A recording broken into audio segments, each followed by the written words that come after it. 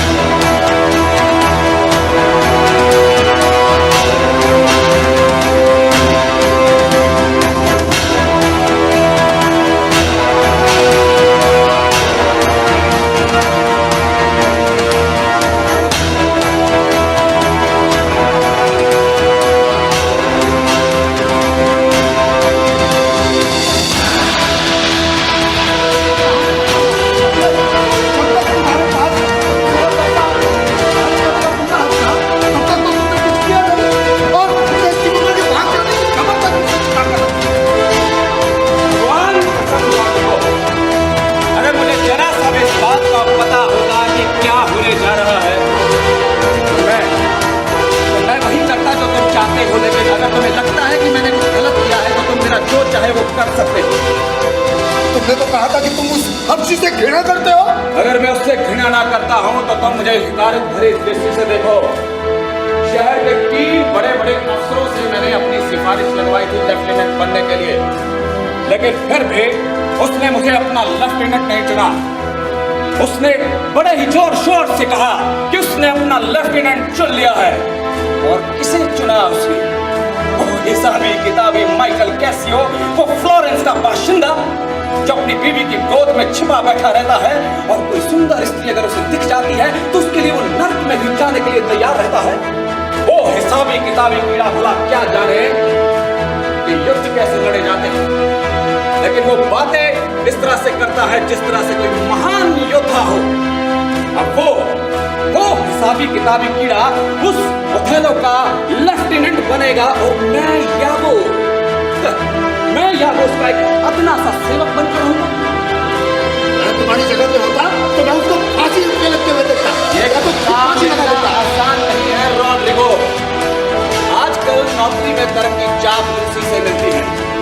अब वो दिन लग गए जब तरक्कियां योग्यता के दम पर मिला करती थी।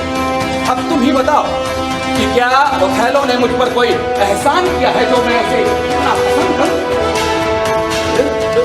मैं तुम्हारी जगह पे होता तो मैं उनकी सेवा नहीं करता। तुम्हें क्या लगता कि मैं उसकी सेवा करूं? रॉड्रिगो, मैं तो सिर्फ अपना मतलब सीधा करने में लगा हुआ। देखो मित्र, अब ना ही मैं मालिक बन सकता हूं और ना ही हर मालिक की खिदमत की जा सकती है, लेकिन कुछ लोग होते हैं जो कि सारी उम्र गुलामी में काट देते हैं। उनका जीवन बड़ा ही नीरस होता है। ऐसे लोग मुझे बिल्कुल भी पसंद नहीं। लेकिन कुछ लोग जो मालिक के पैसे पर कुल छर्रे उड़ाते हैं, उस पर ऐश करते हैं और एक दिन खुद मालिक बन जाते हैं, ऐसे लोग मुझे बड़े पसंद हैं रॉड्रिगो। भगवान साक्षी है कि अगर मैं ओथेलो के साथ इस वक्त हूं तो सिर्फ और सिर्फ अपना मतलब पूरा करने के लिए। रॉड्रिगो, मैं वो नहीं हूं जो मैं दिखाई देता हूं। और वो मोटे वाला हफ्सी कैसिमोनो को कितने आसानी से पा गया। इसीलिए तो कह रहा हूं, जाओ उसके बाप को जगाओ, उस हफ्सी की खुशी को समाप्त कर दो। जाओ और इतना शोर मचाओ कि नींद हराम हो जाए हरामजादों की। उनकी खुशियों को खा जाओ और जाओ और उस कुत्ते को जो चैन की नींद सो रहा है उसे जगाओ। हम लोग वहीं पहुंच चुके हैं। जोर से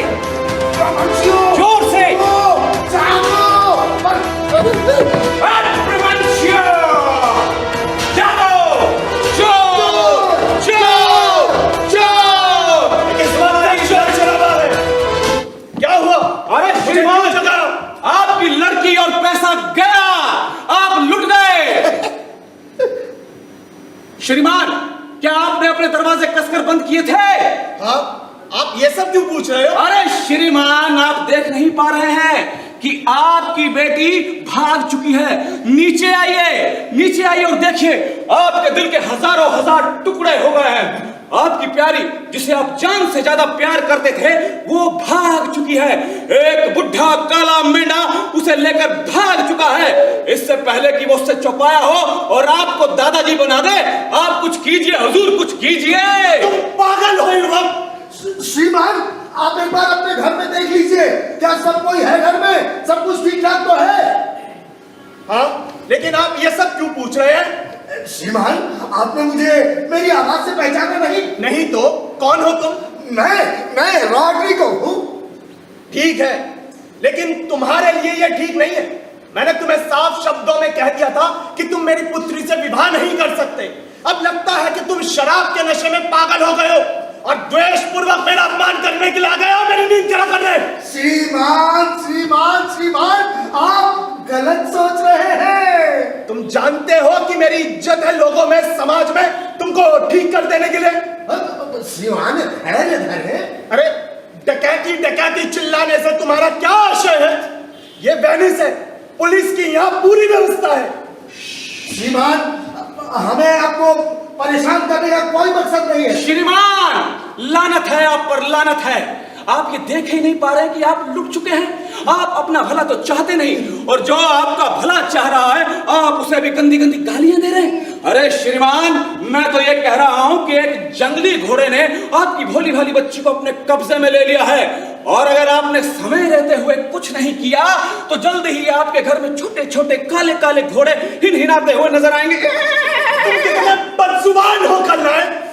श्रीमान, मैं आपसे दोबारा कहता हूँ, आप एक बार अपने घर में पता कर ले, क्या आपकी बेटी आपके घर में ही है या फिर किसी घुमक्कड़ के साथ भाग चुकी है, किसी मोटे होने वाले हफ्सी के साथ। अगर मैं गलत हुआ तो आप मेरे खिलाफ जो चाहे वो कर सकते हैं। श्रीमान, ठीक है, अरे जरा मोमबत्ती तो जलाओ, मेरे सारे सेवकों को बुलाओ।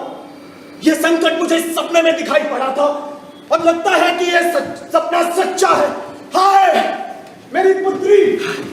रॉड्रिगो, हाँ, अब मैं चलता हूँ। हाँ, वो आ रहे हैं। हाँ, अगर मैं तुम्हारे साथ पकड़ा गया तो मुझे हबशी के खिलाफ गवाही देनी पड़ेगी। हाँ, और मैं नहीं चाहता हूँ कि अभी उसके खिलाफ गवाही दूं। मैं चाहता हूँ कि उसके साथ जितना मैं प्रेम दिखा सकूं, वफादार रह सकूं, उतना हम दोनों के लिए अच्छा है। तुम इनको संभाल लेना, ठीक है? और इनको लेकर ड्यूक के घर पर आ जाना। मैं तुम्हें वही मिलूंगा। रॉड्रिगो, संभाल लोगे ना? मित्र, अलविदा मित्र। जो कुछ मुझे डर था बुरे से बुरा होने का वो हो गया। मेरी लड़की गई, अपने अपने भविष्य की सोच रहा। मैं तो पूरी तरह निंदा का पात्र बन जाऊंगा और मेरा जीवन तो तबाह हो जाएगा। रोड्रिगो, तुमने उसको कहां देखा? तुम्हारा कहना है कि वो उस हबशी के साथ भाग गई है। एक पिता को अपने प्रेम और अपने कष्टों के बदले में ये सब कुछ मिला। तुम्हें ये कैसे पता चला कि वो और कोई नहीं मेरी ही पुत्री थी? हाय रे अभागी लड़की, उसने तुमसे क्या बोला वो और लड़ाई होनी है? मैं अपने कुंबे के सभी लोगों को जगा देता हूं। तुम्हारा कहना है कि उसने उस हबशी के साथ शादी कर ली है? हाँ श्रीमान, मेरा अनुमान तो यही है कि उसने उस हबशी के साथ शादी कर ली है। हे भगवान, वो कैसे भागी? अपने किसी अति प्रिय की बेवफाई मुझे अखर रही है। आज से आगे किसी भी पिता को अपनी पुत्री की केवल शक्ल सूरत को देखकर उनका विश्वास नहीं कर लेना चाहिए। क्या ऐसी कोई मोह या जादू की विद्या है जिससे कि सुकुमारी को मोहित किया जा सके? रोड्रिगो, क्या तुमने कहीं ऐसा कुछ पढ़ा है? पढ़ा तो नहीं है, लेकिन मेरा अनुमान है कि आप जो कह रहे हैं वो सही होगा। मेरे भाइयों को जगा दो। अब एक व्यक्ति एक दिशा में जाए और दूसरा दूसरी दिशा में। क्या तुम्हें मालूम है वो कहां मिलेंगे? हाँ श्रीमान, मुझे पता तो है, बस आप एक संरक्षक मेरे साथ भेज दें ताकि मैं आसानी से उसको खोज सकूं। चलिए, कृपया आगे आगे चलिए। जी श्रीमान, मैं प्रत्येक घर को सूचित कर देता हूँ। मेरे अधिकार के कारण कई लोग तैयार हो जाएंगे। तुम अपने लिए विशेष बंदूकों की व्यवस्था कर लेना, विशेष व्यक्तियों को बुला लेना जिसकी रात की ड्यूटी हो। अच्छा रॉड्रिगो, बढ़ो। ठीक है, चलो, मैं तुम्हारी सेवाओं का इनाम दूंगा। उस हबशी को छोड़ेंगे नहीं।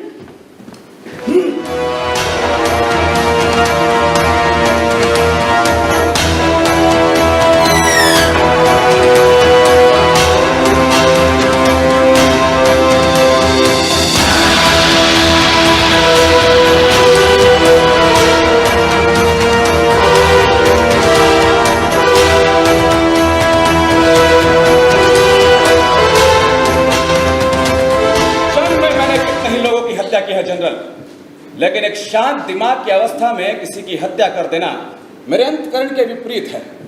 हालांकि 10 में से 9 बार मेरी ये इच्छा हुई कि मैं उस रॉड्रिगो को जान से मार डालूं। अच्छा हुआ तुमने नहीं मारा। जनरल, वो बड़ा ही बेवकूफ व्यक्ति है। आपके बारे में पता नहीं क्या अनाप शनाप बक रहा था। मेरी तो ये इच्छा हुई कि मैं अभी इसका गला घोट दूं, लेकिन दुष्टता के इस गुण की मेरे अंदर बहुत कमी है। लेकिन जनरल, मैं आपसे पूछता हूं कि आपने शादी कर ली? नहीं, मेरा मतलब है कि ब्रेवेंशियो बहुत ही प्रभावशाली व्यक्ति है। वो अपनी बेटी को छुड़ाने के लिए कानून का सहारा जरूर लेगा। वो जो कुछ करना चाहता है उसको करने दो। मैंने वेनिस राज्य को इतनी सेवाएं अर्पित की हैं कि वे मेरे विरुद्ध उसकी सारी शिकायतों को शांत कर देगी। अभी तक ये बात किसी को मालूम नहीं, लेकिन मैं जल्दी ही इसकी घोषणा करने वाला हूं। लेकिन देखो, ये कैसी रोशनी है। जनरल, ये ब्रेवेंशियो ही होगा। मैं चाहता हूं कि आप अंदर चले जाइए। नहीं, उसको मुझे यहां पर देख लेने दो। मेरा पद, मेरी योग्यता और मेरी पवित्र आत्मा साफ बता देगी कि मैं क्या हूं। लेकिन क्या तुम सच में सोचते हो ये वही है?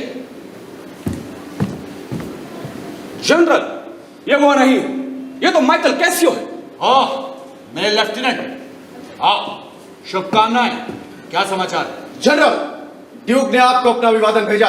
उन्होंने तुरंत आपको बुलवाया। तुम्हारे विचार से क्या मामला हो सकता है? मेरा अनुमान है कि साइप्रस की कोई खबर है। बड़ा सनसनीखेज समाचार है। एक के बाद एक करके लगभग 1 दर्जन संदेशवाहक भेजे गए। अनेक पार्षदों को सोते से जगाए गए। और हाँ, वे ड्यूक के पास, उन्होंने तुरंत आपको भी वहां बुलवाया। तब तो बहुत अच्छा हुआ कि मैं आपको मिल गया। मैं भीतर जा रहा हूं एक संदेश देने के लिए, और फिर मैं आपके साथ चलूंगा। मित्र यागो, जनरल यहाँ क्या कर रहे हैं? आज रात को उसने एक बड़े से जहाज को अपने काबू में कर लिया। अगर सब कुछ ठीक रहा तो आज वो उस सुंदर जहाज को कानून की मदद से हमेशा के लिए अपना बना लेगा। मैं समझ नहीं पा रहा हूँ कि अरे उसने शादी कर ली है मेरे दोस्त। शादी? हाँ। किसके साथ? चलिए, मैं तैयार हूं। जनरल, आपको खोजता हुआ दूसरा दल भी इधर ही आ रहा है। जनरल, इस बार ये पक्का ब्रेवेंशियो ही होगा। मैं कहता हूं कि आप भीतर चले जाइए, इसके इरादे नेक नहीं लग रहे हैं। आइए श्रीमान, वो आपकी यही है। सावधान, उसको मार गिराओ, वो चोर है। रॉड्रिगो, अगर तुम आगे बढ़े तो मैं तुम्हें देख लूंगा। अपनी चमकती तलवारों को अपने म्यान में रख लीजिए, ओस उन पर जंग लगा देगी। आप हमारे बुजुर्ग हैं, तलवार की जरूरत नहीं आपको। आदेश दीजिए। तुम बदमाश चोर कहीं के, तुमने मेरी पुत्री को कहां छुपा रखा है? मैं इस मामले को अदालत में ले जाऊंगा। यदि मुझे लड़ना हो तो किसी से पूछने की आवश्यकता नहीं है। आप अपने इस दोषारोपण के लिए मुझे कहां ले जाना चाहते हैं? मैं तुम्हें जेल में डालना चाहता हूं, जब तक कि इस अपराध की सुनवाई के लिए तुम्हें ना बुलाया जाता है। चलिए, मैं आपकी आज्ञा का पालन कर देता हूं, लेकिन ड्यूक को संतुष्ट कैसे करूंगा? इसके संदेशवाहक राज्य के किसी अति आवश्यक कार्य के लिए मेरी प्रतीक्षा कर रहे हैं। ये बात सच है सम्मानित महोदय। ड्यूक परिषद में बैठ चुका है और उसने आपको भी वहां तुरंत बुलवाया है।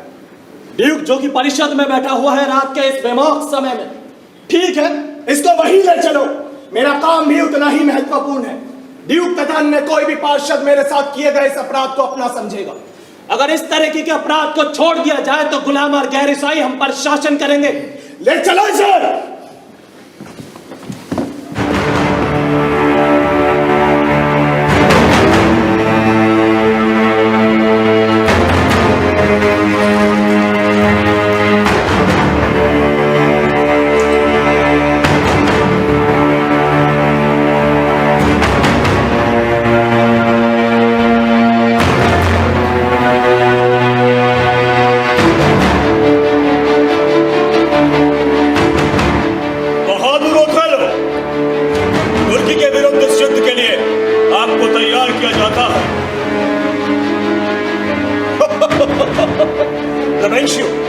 माफ करना, हमने आपको पहले नहीं देखा।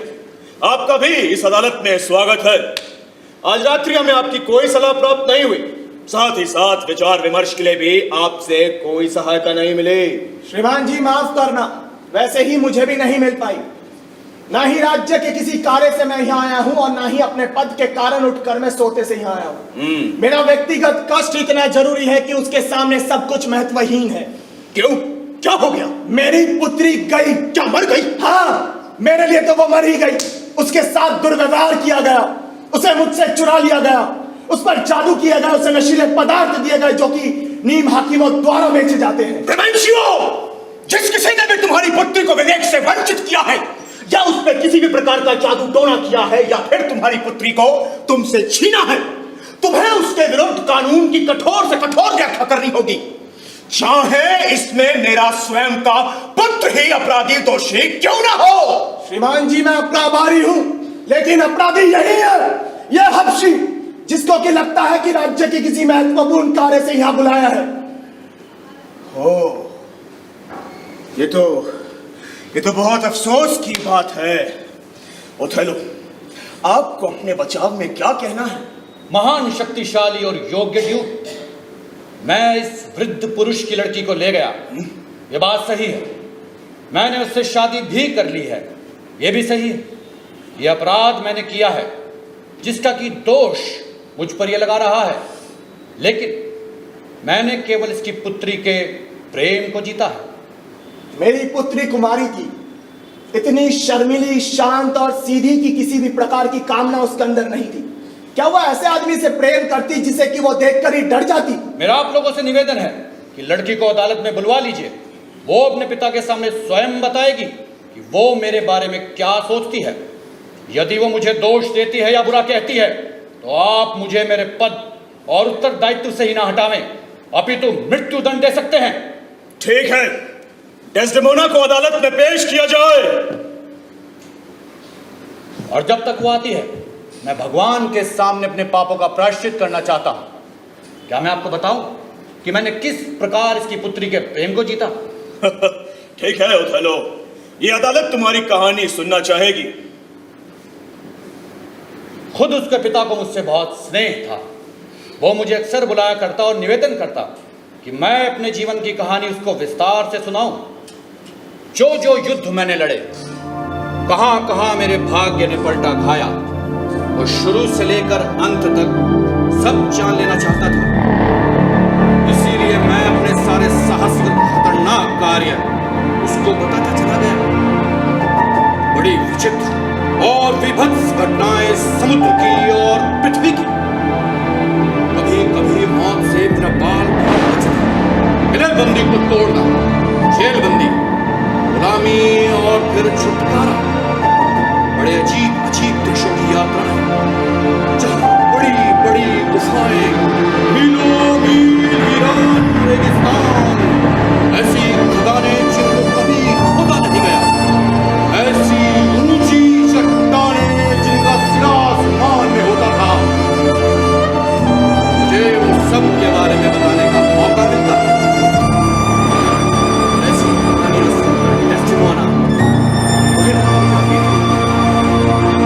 जब मैं उसे इस संकट और दुर्भाग्य की बात बताता तो जब मेरी कहानी समाप्त हो जाती थी तो लंबी आहें भरा करती थी। वो ये कबूल करती थी कि जो खतरे मैंने उठाए उनके कारण वो मुझसे प्यार करती थी, और मैं भी उससे प्यार करने लगा था क्योंकि उसको मेरे प्रति सहानुभूति थी। बस यही वो जादू टोना है जिसका उपयोग मैंने किया और इसकी पुत्री के प्रेम को जीत लिया। वो देखिए वो स्वयं आ रही है, वो सब कुछ बता देगी। भाई, इस तरह की कहानी तो मेरी पुत्री के प्रेम को भी जीत सकती है। मेरा अनुरोध है कि मेरी पुत्री क्या कहती है वो भी सुन लिया जाए। अवश्य। अगर वो इस हबशी के साथ जाना चाहती है तो मैं दोबारा इसे दोष ना दूं। इधर आओ मेरी बेटी, क्या तुम्हें बताना पड़ेगा कि सम्मानित व्यक्तियों के सामने तुम्हें क्या करना चाहिए? ओह पिताजी, मुझे ऐसा लगता है जैसे मैं 2 हिस्सों में बंट चुकी हूँ। पिताजी, मेरे दोहरे कर्तव्य हैं, मेरी दोहरी जिम्मेदारियां हैं। मेरा पहला कर्तव्य आपके प्रति है। आपने मुझे अच्छी परवरिश दी, मुझे अच्छे संस्कार दिए, लेकिन तब तक मैं आपकी पुत्री थी पिताजी, और अब ये मेरे पति हैं। आप जानते हैं जिस तरह मेरी माँ ने अपने पिता जैसे भी ज्यादा बढ़ के आपको प्रेम किया था, उसी तरह मैं ओथेलो से प्रेम करती हूँ। तब तुम्हें अलविदा। इसके आगे मुझे और कुछ नहीं कहना। श्रीमान जी, कृपया अपना राजकार्य आगे बढ़ाए। ठीक है बहादुर ओथेलो, आपको सूचित किया जाता है कि इस वक्त साइप्रस के लिए तुर्की का एक बेड़ा रवाना हो चुका है। इस इलाके की आपसे अच्छी जानकारी किसी को नहीं है कि इसकी सुरक्षा कैसे होगी। ओथेलो, आवाम को आपसे बहुत उम्मीदें हैं ओथेलो, बहुत उम्मीदें हैं। इसीलिए मैं चाहूंगा कि आप अपने वर्तमान सुख को भूल के इस राजकीय युद्ध का बेड़ा उठाएं। सम्माननीय ड्यूक, प्रथा का मैंने पालन किया है। कठिनाइयों को गले लगाने की मेरी आदत रही है, इसीलिए तुर्कों के विरुद्ध इस युद्ध को लड़ने के लिए ओथेलो तैयार है। लेकिन राज्य के प्रति पूरे सम्मान के साथ मेरी आपसे एक प्रार्थना है, मेरी पत्नी के लिए उचित व्यवस्था कर दी जाए। उसके पिता का पद बहुत ऊंचा है, उसको देखते हुए व्यवस्था की जाए। वो चाहे तो अपने पिता के साथ रह ले। नहीं, मैं ऐसा नहीं चाहता। ये तो मैं भी नहीं चाहूंगी कि जो कुछ हुआ उसके बाद मैं इनकी नजरों के सामने रह के नहीं तकलीफ। महोदय, क्या आप मेरी बात सुनने का कष्ट करेंगे? क्या चाहती हो तुम डेस्डेमोना? भाग्य को चुनौती देके मैंने ओथेलो से मोहब्बत करी। वो मेरा साहस था और अब मैं इनके साथ रहूं। दुनिया चाहे कुछ भी करे, मगर मैंने ओथेलो की इस बेबाक शख्सियत को उनकी दिमागी खूबियों में पाया है। अगर ये मुझे छोड़ जंग में अकेले चले गए तो मैं उन सब खूबियों को कैसे देख पाऊंगी जिन पे मैं न्योछावर हूं। महोदय, मुझे इजाजत दे कि मैं इनके साथ जा सकूं। इसकी प्रार्थना स्वीकार कर ली जाए। मैं भगवान को साक्षी मानकर कहता हूं कि इसके यौवन के आवेग और इसकी इच्छाओं को संतुष्ट करूंगा। ठीक है डेस्डेमोना, तुम जैसा चाहो फैसला ले सकती हो। चाहे तो वेनिस चली जाओ या यहां पे इसके साथ रह लो, फैसला तुम्हें करना है। ये बहुत ही महत्वपूर्ण वक्त है। ओथेलो, तुम्हें आज रात्रि ही रवाना होना होगा। आज रात? जैसी आपकी आज्ञा। परंतु निकलने से पहले तुम्हें हम लोगों की आगे की सुविधाओं के लिए अपने किसी विश्वसनीय को छोड़ के जाना होगा। मैं आपकी आज्ञा के अनुसार अपने सहायक को छोड़ देता हूं। बहुत ही ईमानदार और विश्वास पात्र है। वो मेरी पत्नी को साइप्रस भी लेकर आएगा और आप जैसा आदेश देंगे उसका पालन भी करेगा। ठीक है, तो तब तक के लिए हम लोग कल फिर से 9 बजे मिलेंगे। तब तक इस अदालत को निलंबित किया जाता है।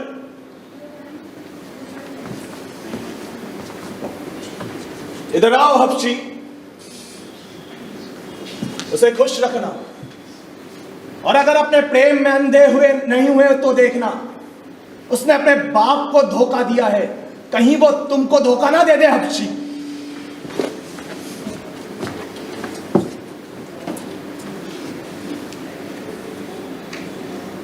यागो, मैं अपनी पत्नी को तुम्हारे हवाले छोड़ता हूं। मेरा तुमसे निवेदन है कि तुम्हारी पत्नी इसकी सेवा में रहे। जैसे ही मौका मिले इसको साइप्रस लेकर आ जाना। जंग से पहले हमारे पास कुछ 1 घंटे बचे हैं डेस्डेमोना, और मुझे तुमसे बहुत सारी बातें करनी है। आओ।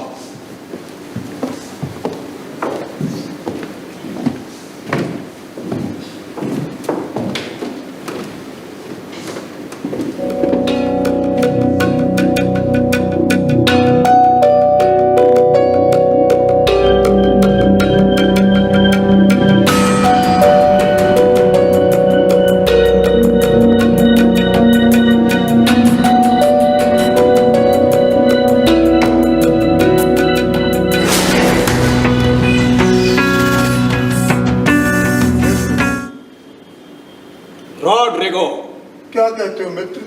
कहना क्या है मेरे मित्र, सब कुछ तो अपने आप होता जा रहा है। तुम जाओ और जाकर बिस्तर पर मुझे तो लगता है कि मैं कहीं जाकर डूब मरूं। मर्द बनो रॉड्रिगो, मूर्खता भरी बातें क्यों करते हो? ये डूब जाने की बात अगर तुमने दोबारा की तो मैं तुमसे प्यार नहीं करूंगा मेरे दोस्त। मित्र, मुझे ये कबूल करने में शर्म आती है कि मैं डेस्टिमोना को नहीं पा सका। मर्द बनो रॉड्रिगो, ये जो तुम्हारी टांगों के बीच में कुलबुल हो रही है ना, इसे शांत रखो और मैं जो तुमसे कह रहा हूं उसे ध्यान से सुनो। डूब जाने की बात मत करो मेरे मित्र। अंधी बिल्ली और उसके बच्चों को डूब जाने दो, उसके पिल्लों को डूब जाने दो। तुम अपने बटुए में पैसा रखो। मैं तुमसे कह रहा हूं कि ये डेस्टिमोना बहुत जल्दी ही उस हबशी के प्यार से ऊब जाएगी मेरे दोस्त। इनका प्यार एक आवेश के साथ शुरू हुआ था और मुझे पूरा विश्वास है कि वो हबशी भी ज्यादा दिन तक इस प्यार को बनाकर नहीं रख सकता। इसीलिए कहता हूं, अपने बटुए में पैसा रखो, क्योंकि तुम जल्दी देखोगे मेरे दोस्त, इन दोनों का आवेश जो कि हवस के साथ शुरू हुआ था, जैसे ही खत्म होगा इनका प्यार भी अपने आप समाप्त होता जाएगा। इसीलिए कहता हूं, अपने बटुए में पैसा रखो मेरे दोस्त, क्योंकि बहुत जल्दी जब डेस्टिमोना को यह लगेगा कि उसकी हवस की संतुष्टि हो रही है, तो वो बहुत जल्दी इसके प्यार से ऊबना शुरू कर देगी और अपने लिए हम उम्र व्यक्ति तलाश करना शुरू करेगी मेरे दोस्त। इसीलिए कह रहा हूं कि तुम अपने बटुए में पैसा रखो, वो तुम्हारे बहुत काम आएगा। उस पैसे के लिए अगर तुम्हें नर्क भी जाना पड़े तो चले जाना मेरे दोस्त, घबराना नहीं, क्योंकि मैं बहुत जल्द अपने शैतानी दिमाग का इस्तेमाल करके इन दोनों के प्यार को हमेशा के लिए खत्म कर दूंगा। इसीलिए कह रहा हूं, अपने बटुए में पैसा रखो। उसके लिए तुम्हें कुछ भी करना पड़े, कुछ भी। डूब जाने की बात तो बिल्कुल मत करना मेरे दोस्त। हाँ, अंधी बिल्ली उसके पिल्लों को डूब जाने देना है। तुम तो जानते हो मैं हबशी से घृणा करता हूं और तुम भी उससे बहुत घृणा करते हो। तो जब हम दोनों ही उससे घृणा करते हैं तो हम उसको मिलकर मूर्ख बनाएंगे, उसका पागल बनाएंगे मेरे दोस्त। तो जाओ, जय कल ही मिलना। ठीक है, जाओ। ठीक है मित्र। रॉड्रिगो, मित्र। रॉड्रिगो, हाँ मित्र, हाँ मैंने जो कहा है वो सुन रहे हो ना? हाँ मित्र। डूब जाने की बात नहीं करना। नहीं। जितना पैसा है सारा अपने बटुए में भर लेना। अपनी जमीन बेचनी पड़े तो बेच देना मेरे दोस्त, लेकिन डूब जाने की बात मत करना। नहीं। जाओ मित्र, मैं सब कुछ बेच दूंगा। हाँ। मैं जा रहा हूँ, मैं सब कुछ बेच दूंगा मित्र। जाओ। अलविदा मित्र। अलविदा मेरे दोस्त, अलविदा।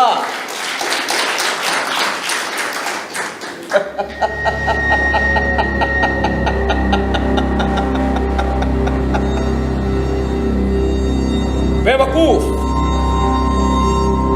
इस तरह से मैं इस मूर्ख का सारा पैसा हड़प कर जाऊंगा। इसके लिए मुझे अपने शैतानी ज्ञान और अनुभव का इस्तेमाल करना है। हबशी दिल का सच्चा आदमी, मेरे बारे में वो बड़ी ही अच्छी सलाहियत रखता है और इसी बात का मैं फायदा उठाकर उसे अपने जाल में फंसाऊंगा। ये एक खेल है और इस खेल में मुझे बड़ा मजा आता है। कैसियो एक सुंदर व्यक्ति है, हबशी उसे ईमानदार समझता है। वो समझता है कि गोरी चमड़ी वाले लोग बड़े ही ईमानदार और वफादार होते हैं। बस इसी बात का फायदा उठाकर मैं आसानी से ओथेलो के दिल में कैसियो के लिए शक पैदा करूंगा। मैं उससे कहूंगा कि उसकी बीवी की कैसियो के साथ बड़ी अच्छी साठ गांठ है। मैं आसानी से कैसियो के खिलाफ ओथेलो को भड़का सकता हूं और मैं उस पर ऐसी नकेल कस दूंगा, उसका ऐसा बंदर बनाऊंगा, ऐसा बंदर बनाऊंगा कि देखने वालों की रूह कांप उठेगी।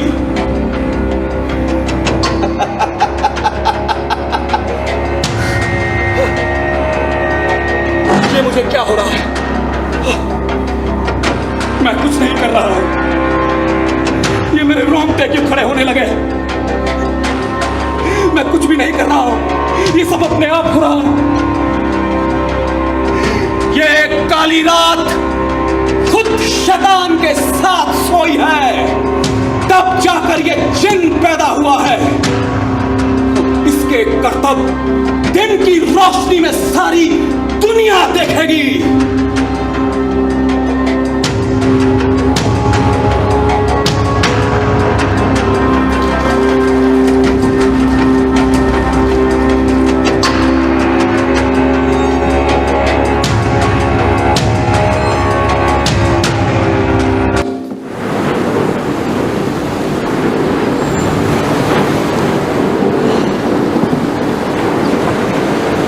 साथियों, आप सबकी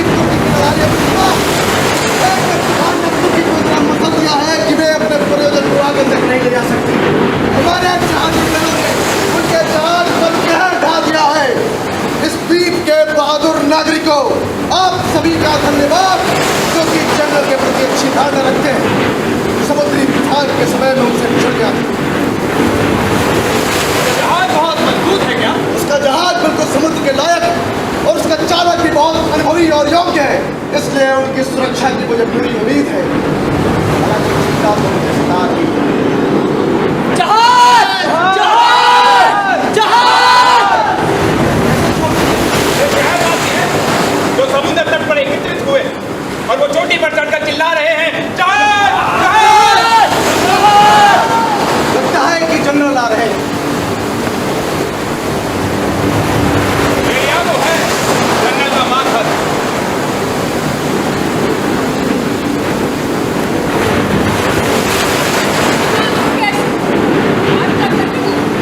क्या मेरे पति की कोई सूचना? लोग उन तक यहाँ नहीं पहुँच पाए, लेकिन जहाँ तक मेरी जानकारी है वो सुरक्षित है और शीघ्र यहाँ पहुँचने वाले हैं। ओह, प्राकृतिक शक्ति ने हम पर कर दिया था, लेकिन आप चिंता न करें। सुनिए, वे चिल्ला रहे हैं, वो एक दूसरे का अभिवादन कर रहे हैं। वो मित्र ही होंगे। लगता है तो ऐसा ही। कृपया तुम जाओ और पता लगाओ। चलो।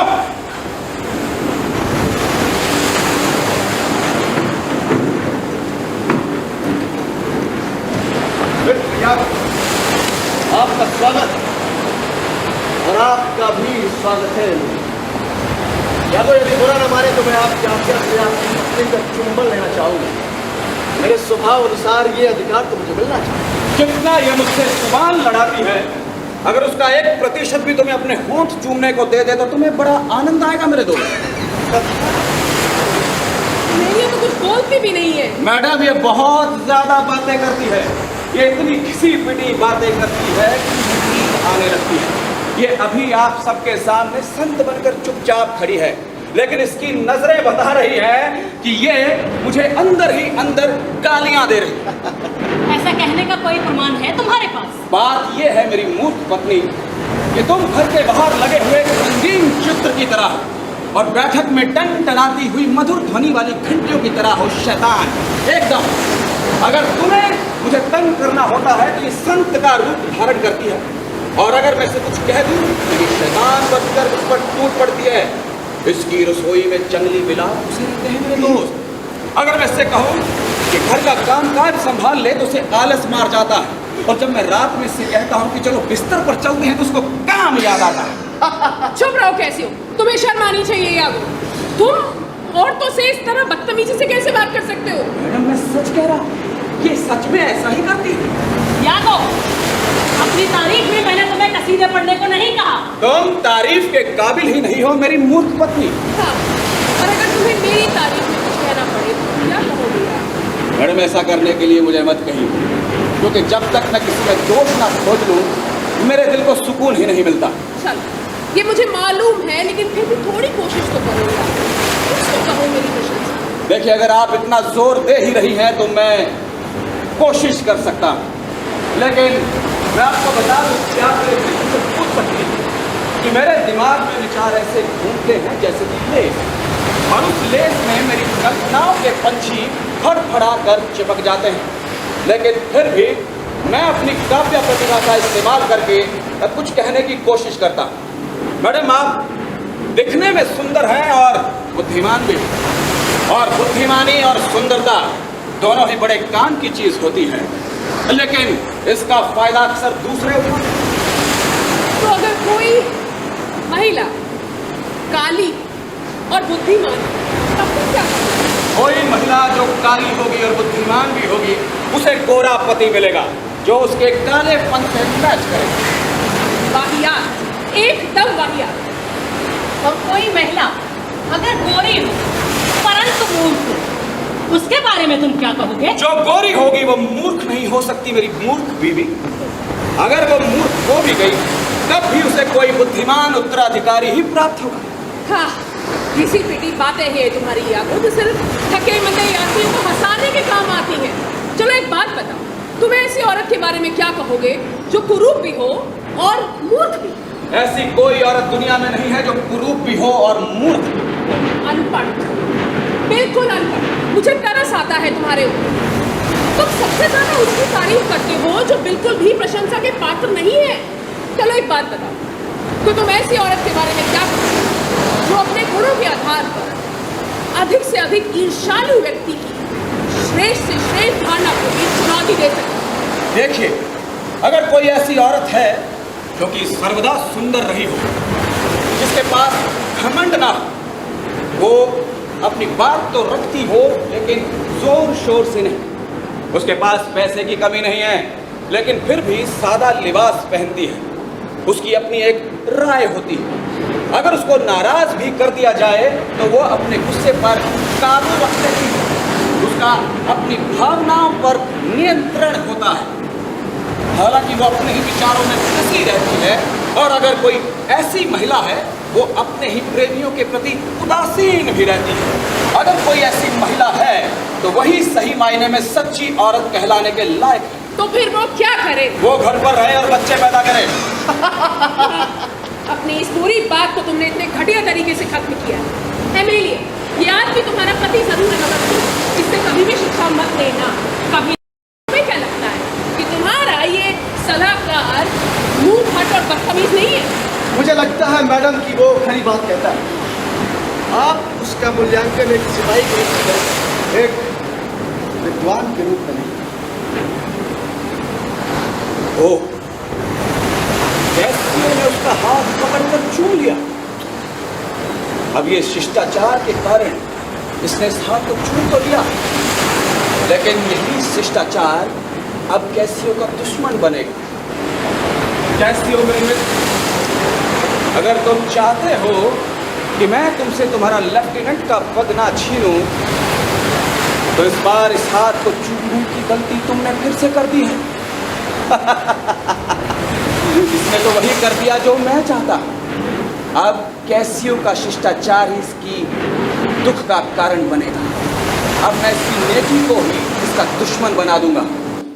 हाँ,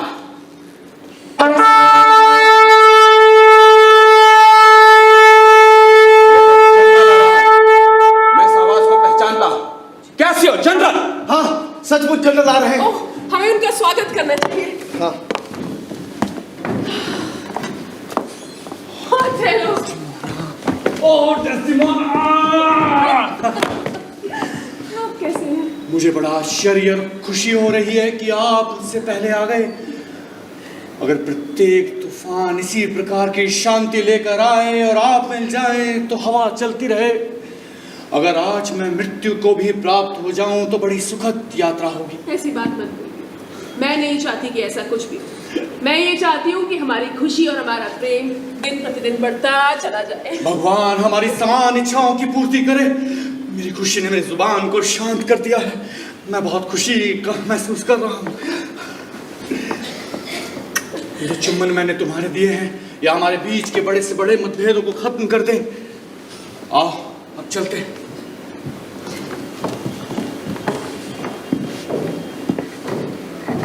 मेरे लिए आप लोगों के पास एक सुख समाचार है दोस्तों। हमारी लड़ाई खत्म हुई, सभी तो डूब गए। इस द्वीप के मेरे पुराने परिचितों का क्या हुआ? वो सब ठीक है जनरल। डेस्टिमोना, साइप्रस में तुम्हारा भव्य स्वागत होगा।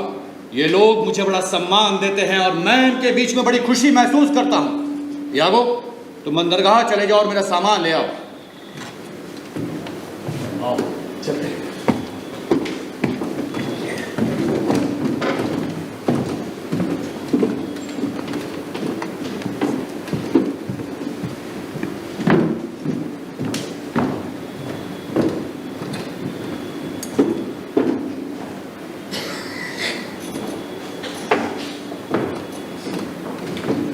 रॉड्रिगो, रॉड्रिगो,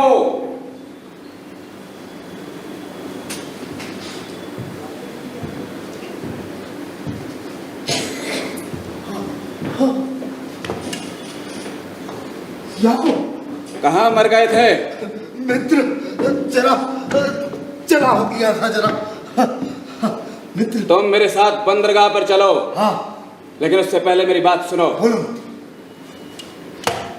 आज रात को कैसियो की निगरानी करना, और मैं तुम्हें बता दूं कि डेस्टिमोना कैसियो से सीधे सीधे प्यार करती है।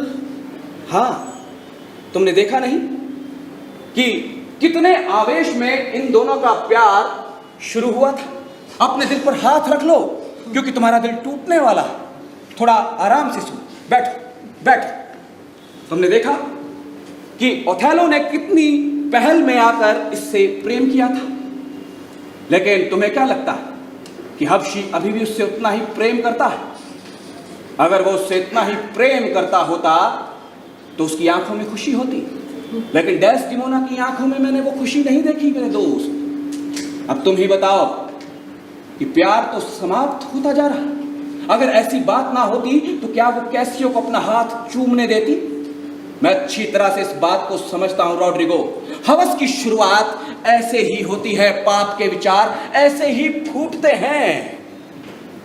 मैं तुम्हें कह रहा हूं कि यह स्पष्ट बात है कि कैसियो से समझदार व्यक्ति डेस्टिमोना के लिए और कोई नहीं हो सकता। कैसियो दिखने में बड़ा ही विनम्र है, बड़ा ही शालीन है।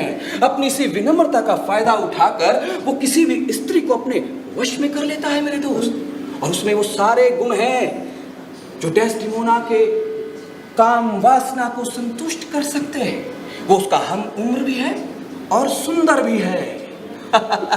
इसीलिए कैसियो को ये अवसर मिलेगा और वो इस अवसर की तलाश में भी रहेगा।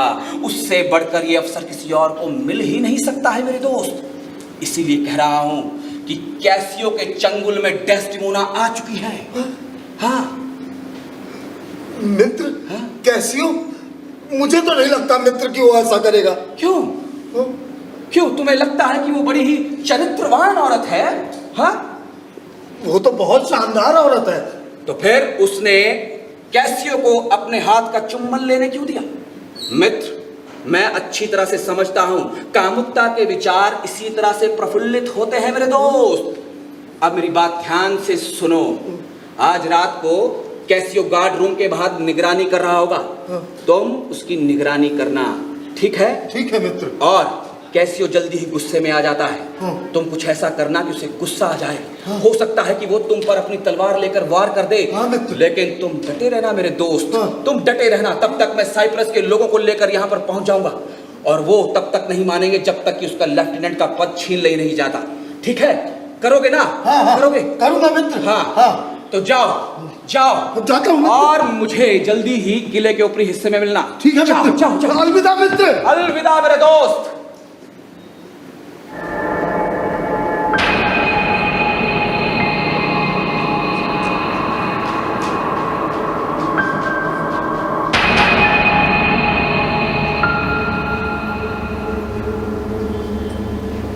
कैसियो को उससे मोहब्बत है, भरोसा है मुझे इस बात का। डेस्टिमोना भी उससे प्यार करती है, ये मुझे की बात है।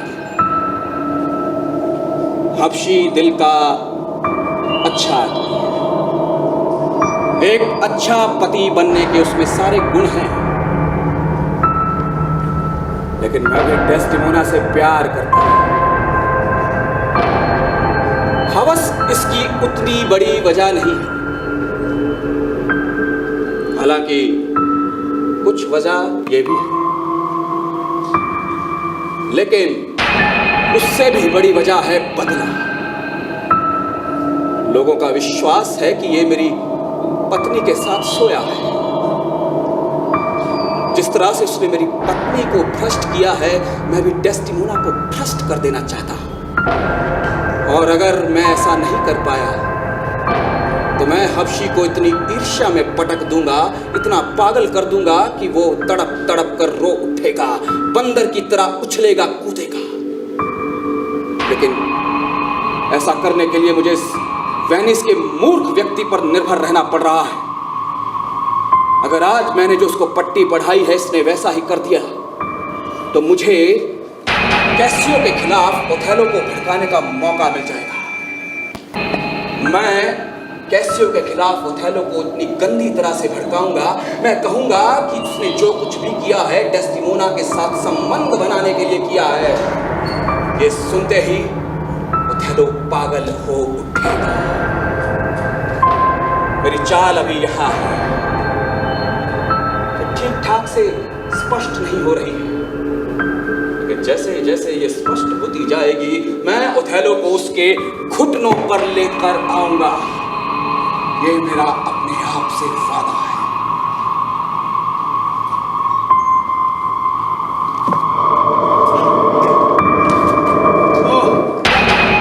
जल्दी करो मित्र।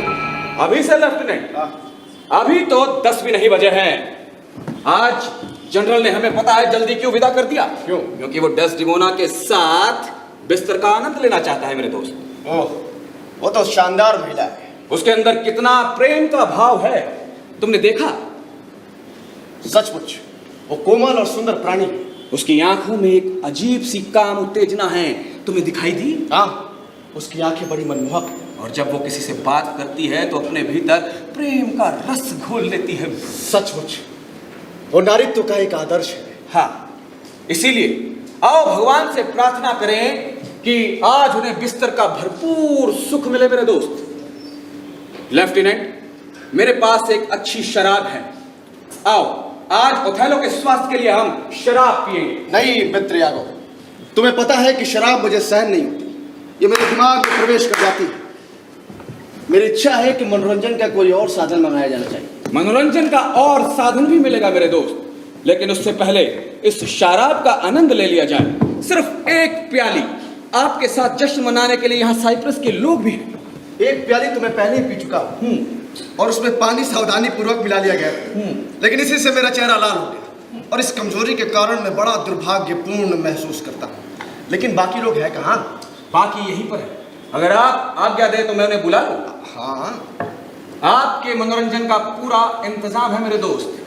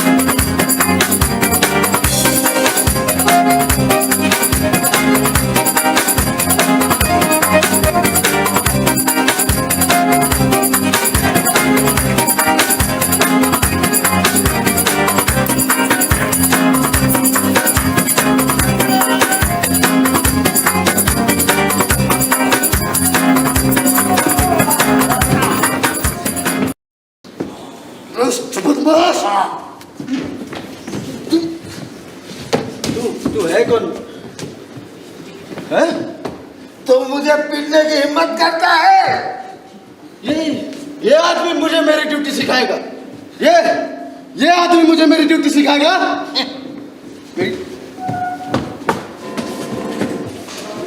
आज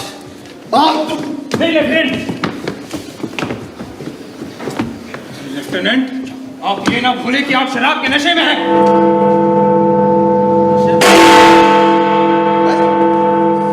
तुमने मुझे नशेड़ी समझ रखा है?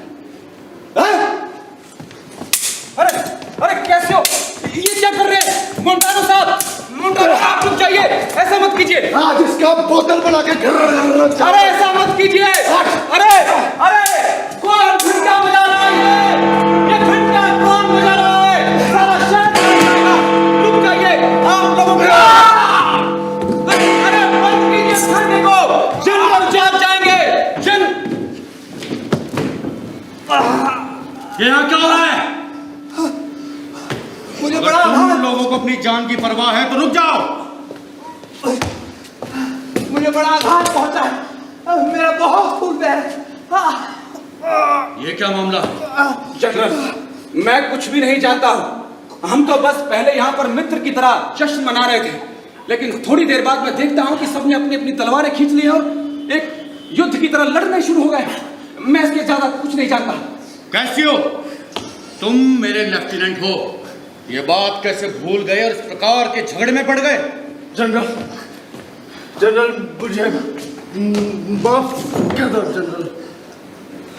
मोंटानो, लोग तुम्हारी बड़ी प्रशंसा करते हैं और तुम इस प्रकार के झगड़े में।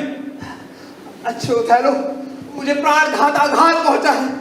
आपका अधिकारी यागो आपको पूरी बात बता देगा। अब तो भगवान के नाम पर मेरे अंदर क्रोध बढ़ता जा रहा है और कुछ निर्णय न कर पाने की स्थिति में मेरा क्रोध ही मुझे निर्णय कराएगा। बताओ यागो, झगड़ा कैसे शुरू हुआ? जनरल, मैं इसके बारे में कुछ नहीं बता सकता, क्योंकि अगर मैंने अपना मुंह खोला तो मेरे मित्र कैसियो का नुकसान हो सकता है। लेकिन फिर भी मैं बताता हूं कि हम सब यहाँ जश्न मना रहे थे, तभी देखता हूं कि एक कोई अजनबी व्यक्ति कैसियो से झगड़ा करता है और कैसियो उसके साथ लड़ना शुरू कर देते हैं।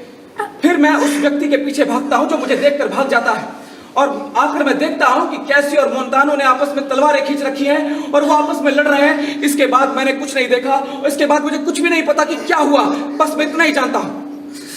मैं देखता हूं कि तुम्हारी दोस्ती कैसियो को बचा रही है और तुम उसके अपराध को कम करके बता रहे हो। कैसियो, मैं तुमसे प्रेम करता हूं, लेकिन आज के बाद तुम मेरे अधिकारी नहीं हो। ये देखो, मेरी पत्नी भी आ गई। मैं आज रात तुम्हें दोषी मानता हूं कैसियो। प्रियतमा, आप सब कुछ शांत हो गया है, आओ हम चलकर सोएं। यागो, मोंटानो को उपचार के लिए ले जाओ और जो लोग इस झगड़े को देखकर भयभीत और उत्तेजित हैं उन्हें शांत करने की जिम्मेवारी आप पर। जी। प्रियतमा, एक सिपाही का भाग्य होता है कि इस प्रकार के झगड़े उसकी नींद को खराब कर दे।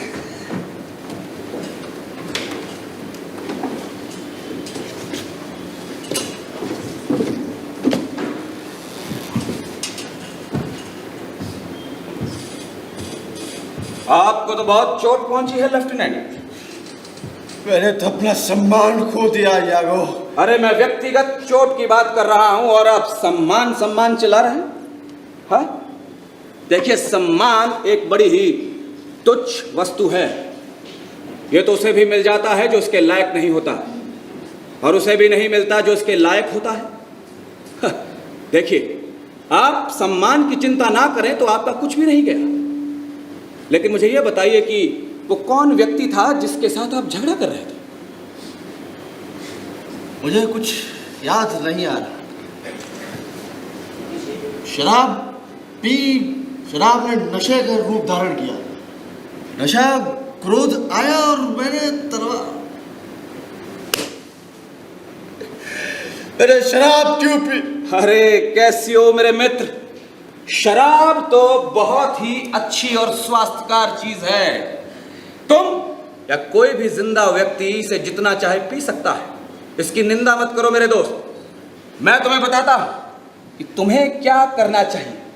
देखो, डेस्टिमोना जो कि ओथेलो की पत्नी है, ओथेलो उसकी हर एक बात को मानता है।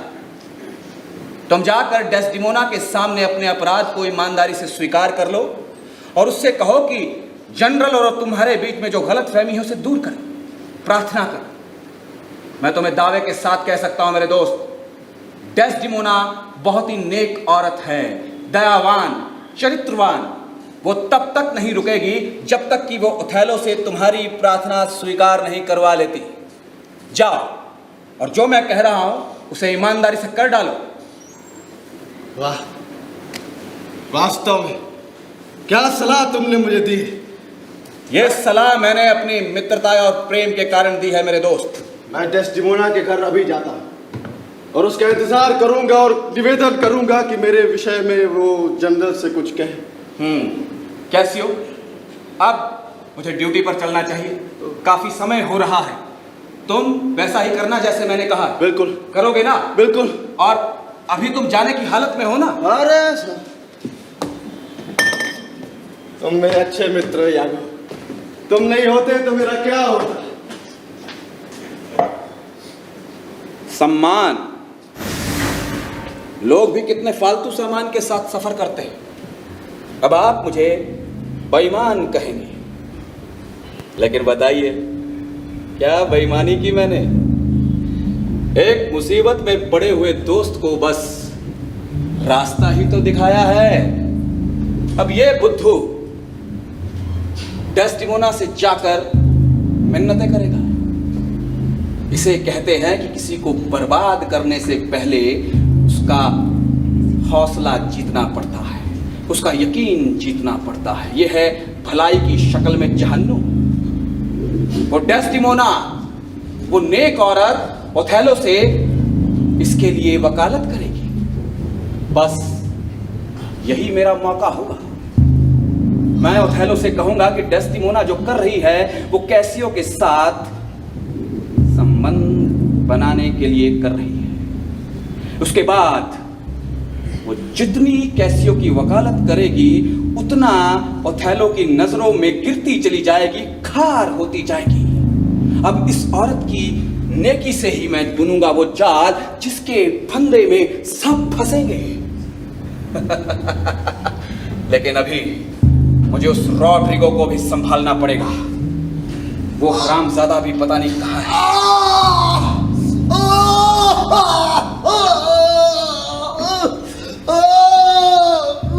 क्या हुआ रॉड्रिगो? मित्र यागो, उसने मुझे बहुत बुरी तरह से पीटा। ओह, थोड़ा धैर्य रखो मित्र। कभी कभी कुछ काम निकालने के लिए अक्ल इस्तेमाल करनी पड़ती है मेरे दोस्त।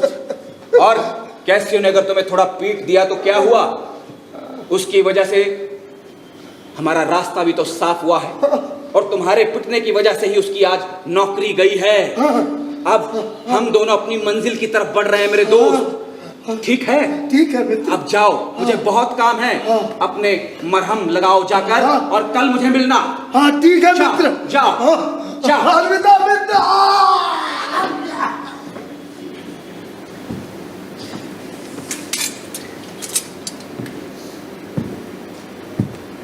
अपनी बीवी को काम पर लगाना होगा। वो कैसियो को डेस्टिमोना से मिलवाएगी और मैं ओथेलो को वहां किसी बहाने से ले आऊंगा। वक्त कम है और काम ज्यादा। मैं सोचता हूं तो बड़े भ्रम की स्थिति उत्पन्न हो जाती है। जनरल यागो, कुछ कहना चाहते हो? जनरल, क्या कैसियो आपके और डेस्टिमोना के रिश्ते के बारे में पहले से जानता था? हाँ, उसे तो शुरू से अंत तक इसकी जानकारी थी।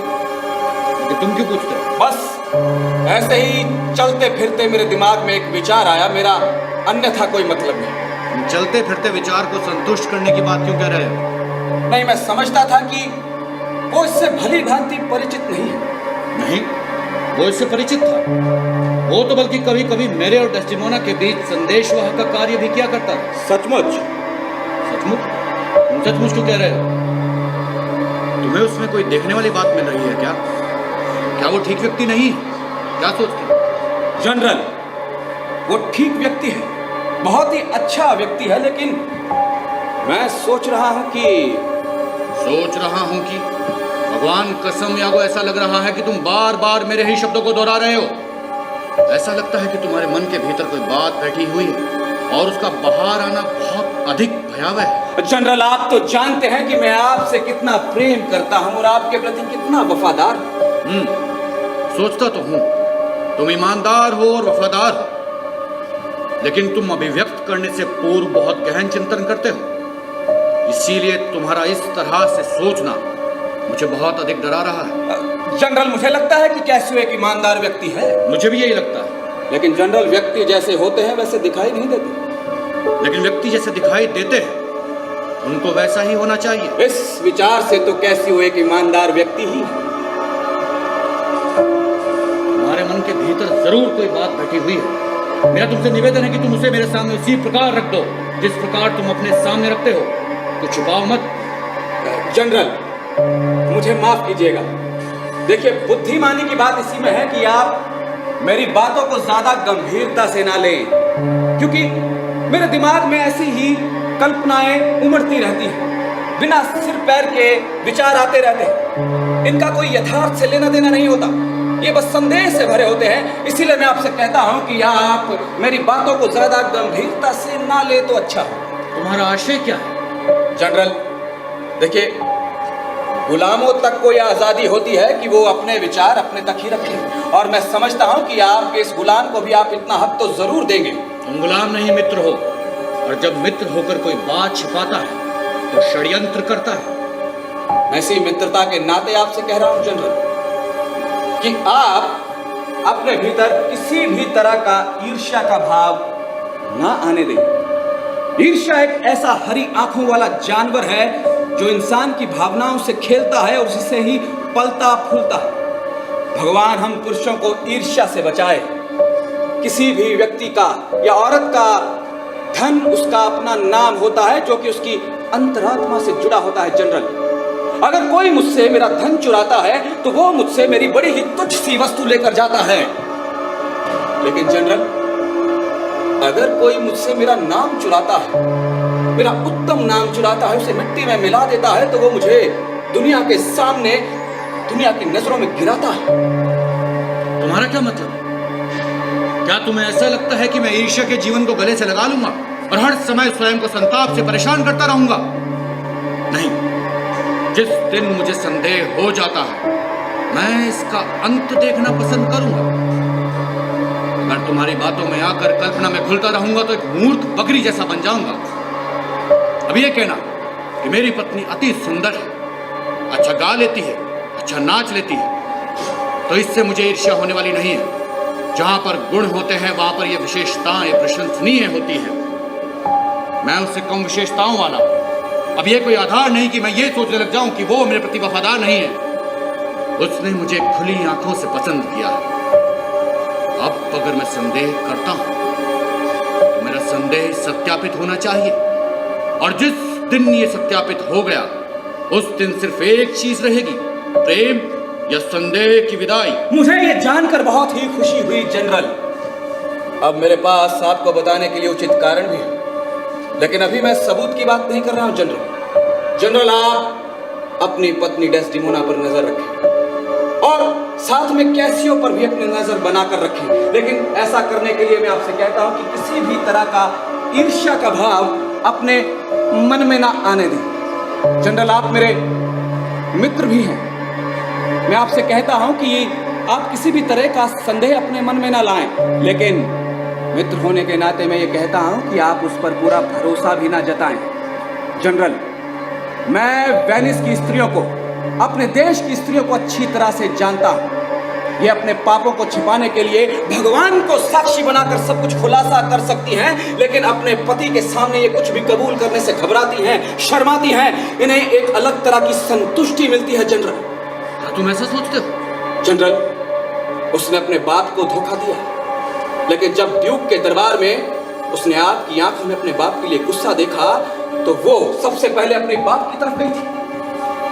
उसने किया तो ऐसा ही, जबकि उसका बाप तो ये समझता था कि ये जो कुछ भी हो रहा है ये जादू टोने से हो रहा है। अब आप अंदाजा लगा सकते हैं कि वो इतनी नादान तो नहीं है कि उसे अपने बाप से प्यार जताने के लिए किसी भी तरह का कोई बहाना करना पड़ता? जनरल,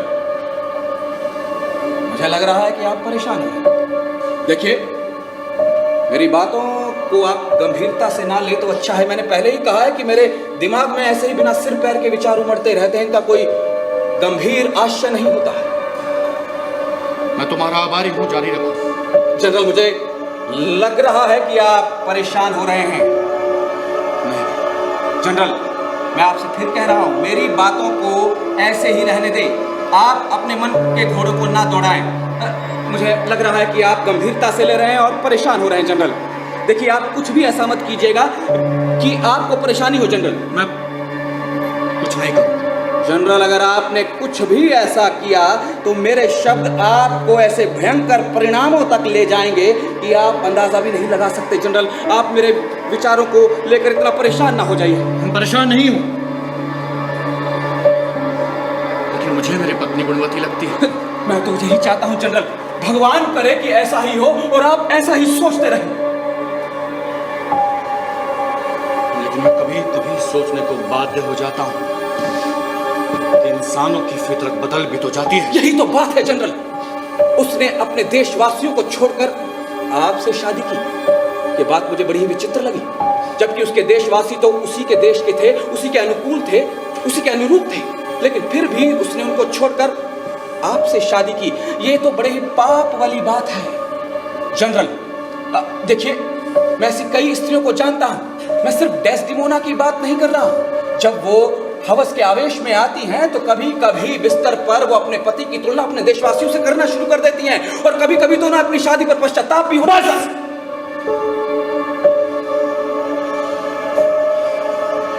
अकेला छोड़ दो।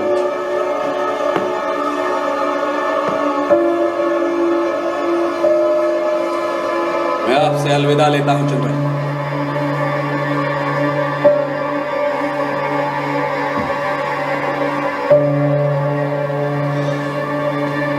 ईश्वर, मैंने शादी क्यों की?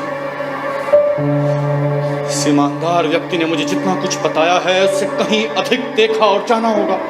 जनरल, मैं एक बार फिर से आपसे निवेदन करता हूं कि आप मेरी बातों को ज्यादा गंभीरता से ना ले तो अच्छा होगा।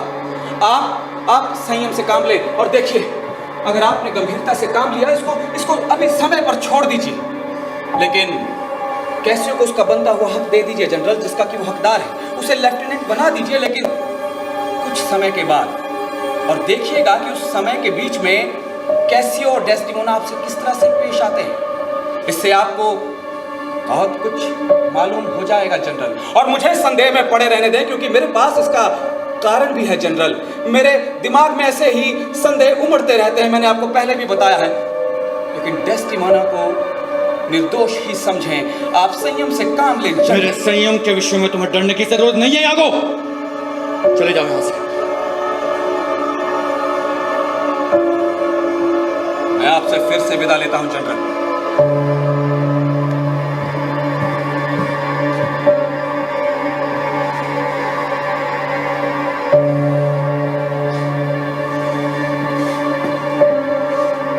ये व्यक्ति बहुत अधिक ईमानदार है और इसको दुनिया समाज का ज्ञान भी बहुत है। अगर मेरी पत्नी उल्टा हमारी सिद्ध हो जाती है, मैं उसे अलग कर दूंगा। हालांकि इससे हृदय को आघात पहुंचेगा, शायद इसलिए कि मैं काला हूं और उसके देश के जो वीर पुरुष हैं उनके जैसी श्रेष्ठता और दक्षता मुझ में नहीं है, और मेरी उम्र भी अधिक है। इसीलिए मुझे धोखा दिया गया है, और मेरा संतोष सिर्फ इस बात में है कि मैं उनसे घृणा करता हूं। शादी के कारण हम इन कोमल प्राणियों को अपना कह देते हैं, लेकिन इनके यौवन के आवेग इनके अपने होते हैं, इसमें हमारा कोई वश नहीं होता। झूठी है, झूठा दिखावा करेगी। तो चलो, नहीं कर।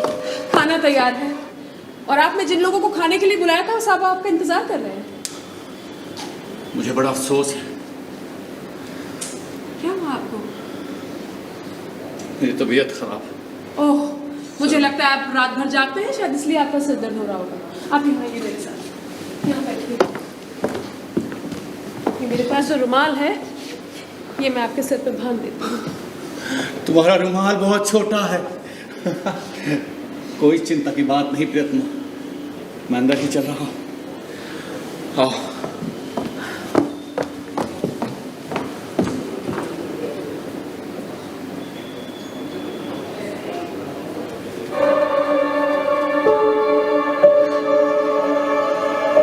मुझे खुशी है कि ये रुमाल मुझे मिल गया। ये हबशी की तरफ से डेस्डेमोना को उसके प्यार के लिए पहली निशानी थी, जिसे चुराकर लाने को मेरे पति यागो ने मुझे कब से कहा था। और मेरी किस्मत, आज मैं इसे पा गई।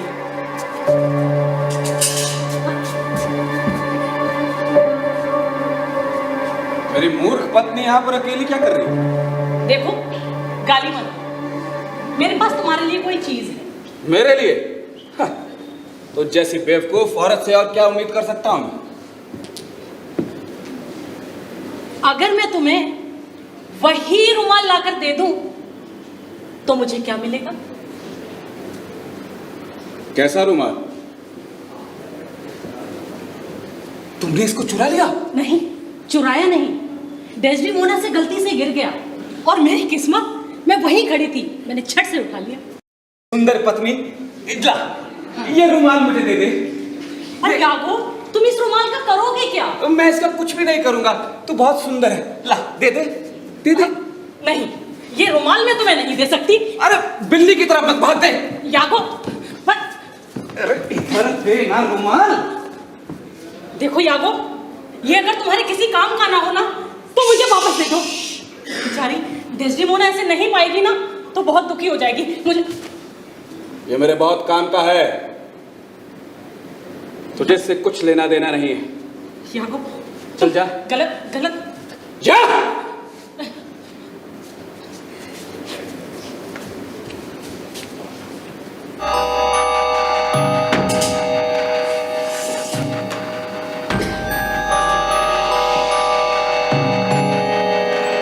इस रुमाल को मैं कैसियो के कमरे में डाल दूंगा। कभी कभी ये तुच्छ सी चीजें बहुत ही पक्का सबूत बन जाती हैं। हबशी के कानों में मैं पहले से ही जहर घोल चुका, और जैसे ही मैं उसको बताऊंगा कि ये रुमाल कैसियो के पास है, तो वो जहर उसके खून में पहुंचकर विष बन जाएगा और इतना तड़पाएगा, इतना तड़पाएगा। और हेलो आ रहा, आते ही वो इस बात की पुष्टि करेगा। झूठी औरत है वो। जनरल, मुझे लगता है कि आपको इस विचार को निकाल देना चाहिए अपने मन से। तुम यहाँ से चले जाओ यागो, तुमने मुझे बड़े संकट में डाल दिया है। मैं सोचता हूँ कि धोखा खा जाना एक बार के लिए बेहतर है कि मैं पूरी जिंदगी इसके प्रति सावधान बना रहूं। जनरल, मुझे आपसे ये सब बातें सुनकर बड़ा ही अफसोस हो रहा है। मुझे उसके आपराधिक प्रेम की गुप्त खंडों की कोई जानकारी नहीं थी। और ये मानसिक शांति के लिए कितना उचित। कल रात को मैं कितने चैन से सोया, कितने आराम से मैंने भोजन किया, कितना प्रसन्न था मैं। मैंने कैसियो के चुंबनों को उसके होठों पर महसूस ही नहीं किया। अगर किसी व्यक्ति को ठग लिया जाए, लेकिन उस चीज की कमी महसूस ना हो, तो उसे ठगा ही नहीं गया। जनरल, मुझे आपके से ये बातें सुनकर बड़ा ही अफसोस हो रहा है। इससे अच्छा तो मेरी पूरी सेना के साथ वो सो जाती, लेकिन मुझे इस बारे में कुछ मालूम नहीं पड़ता। मेरी जिंदगी एक अभिशाप नहीं बनी।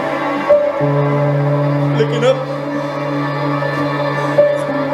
अब मानसिक शांति सदा के लिए अलविदा, संतोष विदा। अब कोई संहारकारी युद्ध नहीं जिसके कारण महत्वाकांक्षा एक सद्गुण बन जाती है। हिनहिनाते घोड़े और तुरही की ध्वनि को विदाई, नगाड़ों के युद्ध संगीत और कान फाड़ देने वाले बाजों की ध्वनि को विदा, प्लंकारी तोपें जिनके अंदर से अमर युद्ध के देवता के तूफानों समान आवाजें निकलती हैं, उनका विदा। ओथेलो समाप्त। जनरल, मुझे बहुत परेशानी हो रही है कि आप मेरी वजह से इतना परेशान हो गए हैं। जनरल, आप संयम रखिए। जनरल, तू इस बात को सिद्ध कर कि मेरी पत्नी एक दुराचारी स्त्री है, वरना पवित्र आत्मा की कसम तू कुत्ते की योनि में पैदा होता है। जनरल, मेरे प्रेम और वफादारी का आप मुझे ये सिला दे रहे हैं। मुझे सबूत चाहिए जिसमें संदेह का कोई स्थान न रहे, वरना आज तेरी मौत है। जनरल, आपसे ईमानदार होने का आप मुझे ये सिला दे रहे हैं। जनरल, मुझे आपसे कुछ नहीं चाहिए, आपने मुझे ये सिला दिया है, मैं आपका बहुत बहुत आभार प्रकट करता हूँ। ओ दुनिया, ओ बेरहम दुनिया, देखो देखो आज देखो कि प्रेम करना और ईमानदार होना कितना बड़ा अपराध हो गया है। जनरल, आपने मुझे ये सजा दी है आपसे प्यार करने की, आपके साथ ईमानदार रहने की। जनरल, मुझे कुछ नहीं चाहिए, मुझे लेफ्टिनेंट का पद नहीं चाहिए। मैं चलता हूँ जनरल, मैं चलता हूँ। दियागो, मुझे मालूम है कि तुम ईमानदार हो।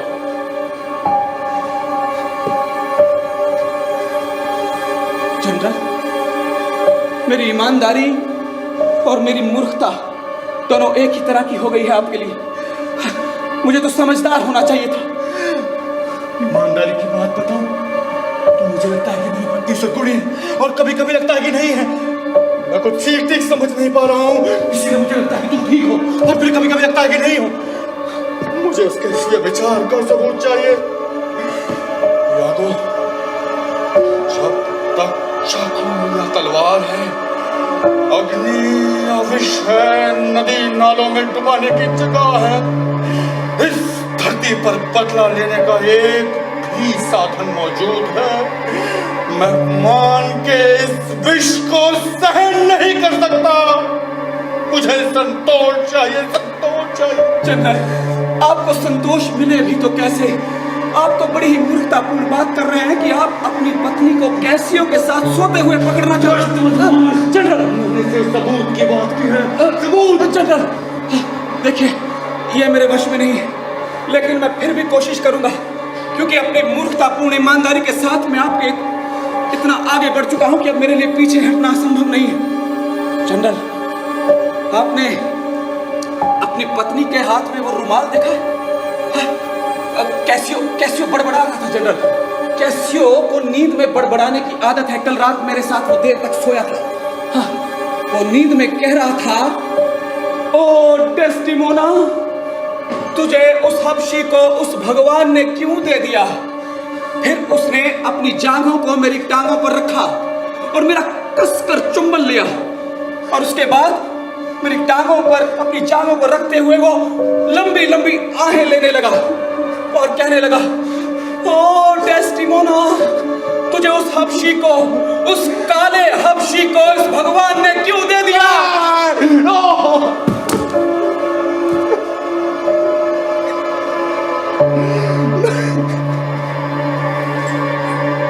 चंद्र, आप परेशान मत हो, ये सिर्फ एक सपना था। मैं उस कैसियो के टुकड़े टुकड़े कर दूंगा। जनरल, आप परेशान ना हो सकता है कि आपकी बीवी अभी भी सद्गुणी हो, लेकिन आप मुझे एक बात बताइए। मैंने अभी आपसे पूछा था कि आपने अपनी बीवी के हाथ में रुमाल देखा था? रुमाल तो मैंने, हाँ, जिस पर वो फूल बने हुए। ऐसा रुमाल तो मैंने अपनी पत्नी को पहले बार के तौर पे दिया था। देखिए जनरल, ये तो मैं नहीं बता सकता कि आपने उसे कब क्या दिया था, लेकिन वैसा ही रुमाल मैंने कैसियो के पास भी देखा है। अगर ये वही रुमाल है तो एक सबूत हो सकता है। मेरी इच्छा है कि उस दुष्ट के 40,000 जन्मों, उसका एक जन्म तो मेरे प्रतिशोध का मुकाबला नहीं कर सकता। मैं देख रहा हूं कि बिल्कुल सच्ची बात है। आज मैं तुम्हारे सामने अपने सारे प्रेम को हवा में उड़ा देता हूं। सारा प्रेम, ये गया मेरा प्रेम, और अब इस सदन में सिर्फ प्रतिशोध बचा है। जनरल, आप अपने आप पर काबू रखें और हो सकता है कि आपके विचार बदल जाएं। नहीं, कभी नहीं, मेरे विचार कभी नहीं बदलेंगे। जिस प्रकार समुद्र की लहरें उठती हैं और चारों दिशाओं में फैल जाती हैं, उसी प्रकार मेरे प्रतिशोधपूर्ण विचार उठेंगे और चारों दिशाओं में फैल जाएंगे। आज मैं तुम्हारे सामने ये शपथ करता हूं कि मैं इसका उचित निर्णय करूंगा। जनरल, अगर ऐसी बात है तो मैं भी आपके साथ आज ये प्रतिज्ञा करता हूं। ओ आसमान में टिमटिमाने वाली दिव्य शक्तियों और टिमटिमाते सितारों, आज से जो कुछ भी ओथेलो के साथ हो रहा है वो गलत होना बंद हो जाए। मैं तुमसे आवाहन करता हूं और ओथेलो का जो भी हुक्म होगा उसे पूरा करना मेरा फर्ज होगा। अब वो हुक्म चाहे किसी की हत्या करने का ही क्यों ना हो। मैं तुम्हारी निष्ठा का स्वागत करता हूं। 3 दिन में मुझे सुनने को मिलना चाहिए कि कैसियो का धड़ उसके सर से अलग हो गया। मेरे मित्र को तो आप अब मरा ही समझिए जनरल, लेकिन डेस्टिमोना को छोड़ दीजिए। वो हो सकता है कि निर्दोष हो। उस वैश्य को फाड़ में जाने दो। मैं जाता हूं और उसकी मौत का कोई साधन तलाश करता हूं। मैं आपसे विदा लेता हूं जनरल। ठहरो, आज से तुम मेरे लेफ्टिनेंट हो। क्या जनरल? आज से तुम मेरे लेफ्टिनेंट हुए।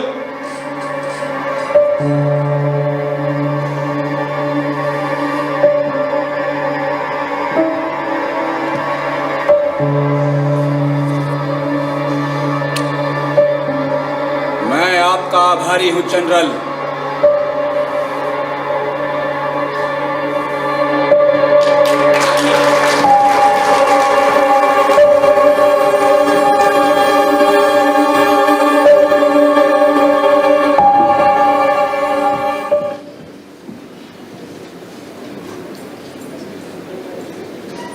हिमेलिया, मुझे तुमसे कुछ बात करनी है। क्या तुमने वो रुमाल कहीं देखा है? कौन सा रुमाल? यहाँ बैठो, अपने पूरे दिमाग की शक्ति का इस्तेमाल करके सोच के बताओ कि क्या तुमने वो रुमाल कहीं देखा? मुझे तो ऐसा कोई रुमाल नहीं मिला। अगर एक बार के लिए मेरे पैसे भी गुम हो जाते ना मिलिया तो कोई दिक्कत की बात नहीं थी, मगर वो रुमाल बहुत ज़रूरी था। वो तो शुक्र है कि ओथेलो का मन इतना साफ है, वरना किसी भी आदमी के मन में शंका पैदा करने के लिए बात बहुत थी। क्या वो ईर्ष्या करते हैं? कौन? ओथेलो? नहीं, उनका मन बहुत साफ है। वो जिस देश में पैदा हुए उस देश के सूरज ने अपने अंदर की सारी रोशनी उनके अंदर इस प्रकार भर दी है कि उनके अंदर के सारे विकार गायब हो गए। एमिलिया, अब रुमाल यहीं कहीं होगा, मैं देख लेती हूँ। ढूंढो उसे ढूंढो। मालिक तो इसी तरफ आ रहे हैं। ओथेलो, आप कैसे हैं? मैं ठीक हूं। आपकी तबीयत ठीक नहीं लग रही है। मैं ठीक हूं। भावनाओं को दबाना इतना कठिन कार्य होता।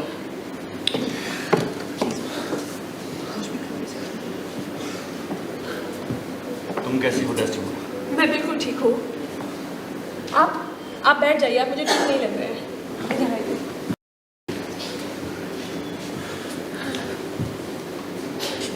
मैं तुम्हारे हाथ का स्पर्श करना चाहता हूँ। ये तो बहुत गीला है। हाँ, इस हाथ में अभी शौक और उनकी ढलान नहीं देखी है। ये तुम्हारे उदार हृदय को बताता है, लेकिन इसके अंदर एक युवती की भावना और जोश भरा हुआ है। और इसी हाथ में मैंने अपना दिल रख के आपको दिया था ओथेलो। पहले जमाने में लोग दिल देते थे और फिर हाथ, लेकिन अब जमाना बदल गया है। आज शादी में लोग हाथ तो देते हैं लेकिन दिल नहीं। मेरी तबीयत थोड़ी ख़राब है, मुझे वो रुमाल चाहिए। हाँ, वो रुमाल, अब वो रुमाल तो अभी नहीं है मेरे पास। कहाँ है? मुझे नहीं पता, यहीं कहीं होगा। मुझे वो रुमाल चाहिए। वो रुमाल यहाँ नहीं है ओथेलो। अब खो दिया है? नहीं नहीं, वो रुमाल मैंने नहीं खोया है। वो होगा ही नहीं, लेकिन क्या फर्क पड़ता है अगर खो भी गया तो? फर्क पड़ता है, तुम जानती हो। वो रुमाल मेरी माँ को एक मिस्र जादूगरनी ने दिया था। उसने कहा था कि जब तक वो रुमाल उसके पास है वो आकर्षक औरत बनी रहेगी और उसका पति उसे सदैव प्यार करता रहेगा। लेकिन जिस दिन उसने वो रुमाल खो दिया उस दिन उसका पति उससे घृणा करने लगेगा। इसीलिए पूछ रहा हूँ कि वो रुमाल कहाँ है? मुझे नहीं पता वो रुमाल कहाँ है। मैं जानती हूँ आप ये क्यों कह रहे हैं। आप ये बातें इसलिए कह रहे हैं ताकि मैं आपसे कैसियो के बारे में कोई बात ना कर पाऊँ, क्योंकि आपने मुझसे वादा किया था कि आप कैसियो को वापस ले लेंगे ओथेलो। मुझे रुमाल चाहिए। वो आप अब बच्चे जैसे जिद कर रहे हैं। मुझे रुमाल चाहिए। ये सब आपकी गलती है। चली जाओ यहाँ से।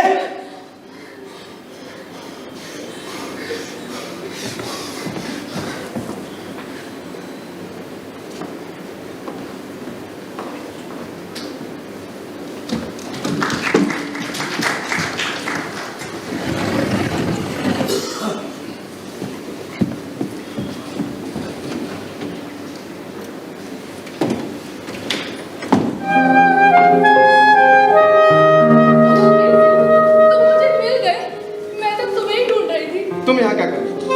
ओह, तुम यहाँ हो तो कुछ ना कुछ तो कर ही रही होगी। ओह बियांका, मैं तुम्हें कैसे बताऊं कि मैं कितना मिस कर रहा था तुम्हें। मैं तुम्हारी ही तो प्रतीक्षा कर रहा था। और हाँ, मैं तुम्हें हर समय ढूंढता रहता हूँ, सिर्फ तुम्हें ढूंढता हूँ। और वास्तव में मैं तुम्हारे घर ही आने वाला हूँ। कैसी हो? मैं तुम्हारे घर ही जा रही थी। तुम मुझसे एक सप्ताह से नहीं मिले हो। 7 दिन और 7 रातें, 128 घंटे। और क्या तुम जानते हो इतने गाड़ी की पूरी से भी धीमी चालू होती है उसकी। कैसी? ये समय मेरे लिए कितना उपा देने वाला था। ओह बियांका, मैं तुम्हें कैसे बताऊं कि मैं कितने अवसाद भरे क्षणों में जी रहा था। मैं तुम्हारे पास से आया, लेकिन ये सारी बातें मैं तुम्हें बाद में बताऊंगा, तुमसे मिल के बताऊंगा अकेले। लेकिन उससे पहले तुम्हारे लिए मेरे पास एक काम है। कैसी? ये किसका है? ये किसी चुड़ैल का रुमाल होगा। अब मुझको मालूम पड़ा कि तुम मुझसे क्यों नहीं मिलते थे, जिसकी वजह से मैं इतनी परेशान हो रही थी। ओह बियांका, तुम अपने इन संदेहों को शैतान को दे दो। तुम कितने ईर्ष्यालु हो कि सोचती हो कि ये रुमाल किसी औरत ने मुझे दिया है। मेरे जीवन में कौन औरत है तुम्हारे सिवा? अच्छा। हाँ, इसलिए मैं कहता हूँ कि ऐसी कोई बात नहीं। बताओ तो सही, ये आखिर किसका रुमाल है? किसका रुमाल है ये तो मुझे नहीं पता। ये मेरे कमरे में पड़ा हुआ था, मुझे इसका डिजाइन पसंद आया। मैंने कहा कि जिसका भी है उसको देने से पहले एक डिजाइन अपने लिए नहीं, अपने बियांका के लिए बनवा लो। और मैं इसे लेकर तुम्हारे पास ही आने वाला था, लेकिन तुम यहाँ मिल गई और तुम मुझ पर संदेह कर रही हो। तुम इसका डिजाइन बनाओ और मुझे छोड़ दो। छोड़ दूं? तुमको छोड़ दूं? भला क्यों? इसलिए कि मैं यहाँ पे जनरल का इंतजार कर रहा हूँ। ये मेरे लिए सम्मान की बात है। मैं नहीं चाहता कि जनरल मुझे किसी औरत के साथ देखे। कैसी? मैं पूछ सकती हूँ ऐसा क्यों? ऐसा नहीं है कि मुझे तुम्हारी परवाह नहीं, मुझे तुमसे प्यार है, सिर्फ तुमसे प्यार है। आज तक मैंने किसी और से प्यार ही नहीं किया। तुम मुझसे प्यार नहीं करते हो? क्या तुम मुझे बता सकते हो कि तुम मुझे रात को मिलोगे या नहीं? और क्या इस रास्ते पे थोड़ा सा मेरे साथ चल सकते हो? इस रास्ते पे?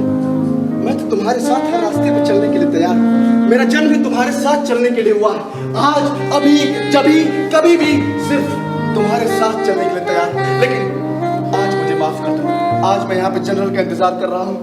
मेरा यहाँ पे होना बहुत जरूरी है, इसलिए आज मुझे माफ कर दो।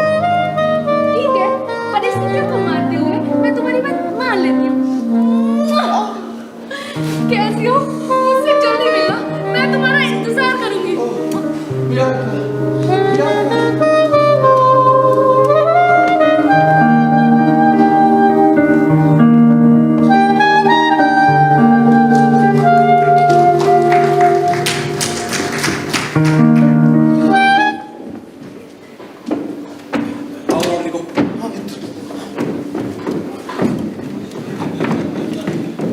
यहाँ पर छिपे रहना। हाँ मित्र। अभी इधर से कैसे निकलेगा, ठीक है? और ये तलवार पकड़ो, और जैसे ही वो आए उसकी पीठ पर वार कर देना। ठीक है मित्र। कर सकोगे ना? हाँ हाँ हाँ। हाँ, घबराओगे तो नहीं? तुम पास में ही रहना लेकिन। हाँ, यहाँ छिप जाओ। हाँ।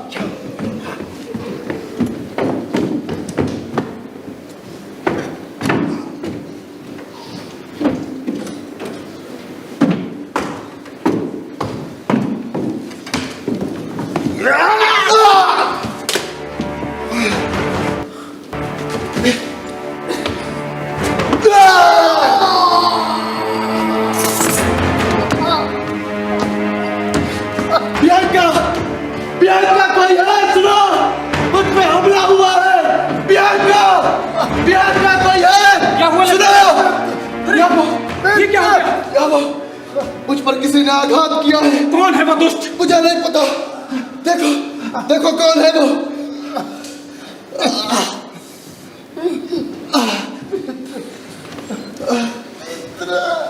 कुत्ते कमीने रॉड्रिगो।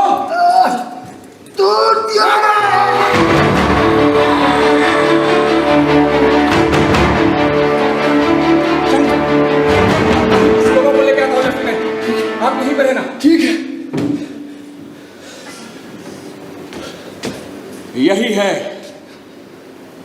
यही है वो रात।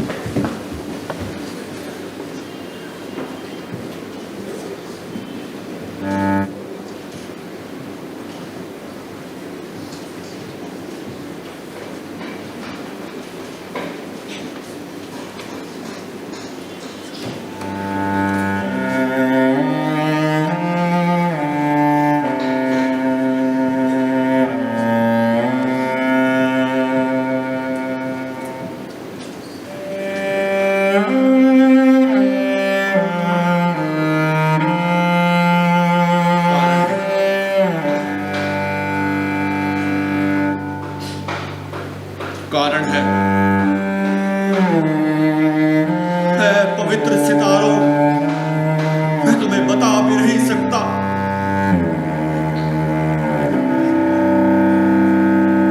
कारण है,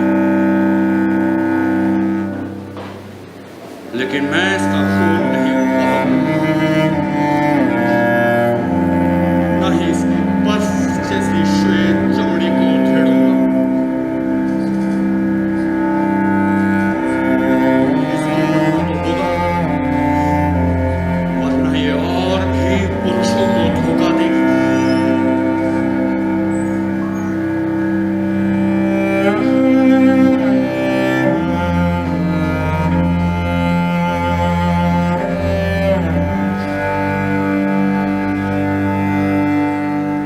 अगर मैं इसके जीवन प्रकाश को बुझा देता हूं,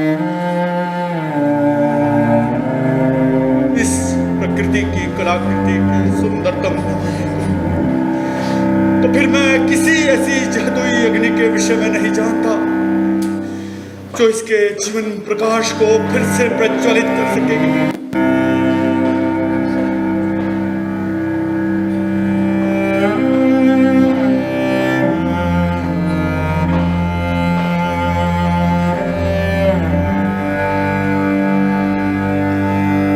गुलाब के इस फूल को अगर मैं तोड़ देता हूं तो इसे फिर से नहीं लगा पाऊंगा। इसको मुरझाना ही पड़ेगा। एक बार मैं पेड़ के ऊपर से इसकी सुगंध लेना चाहता हूं।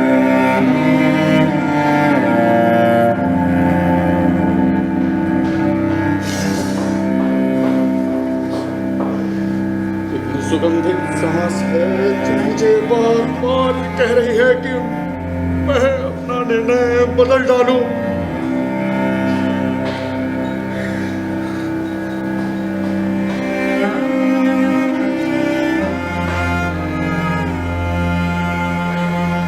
मरने के बाद भी तुम इतनी ही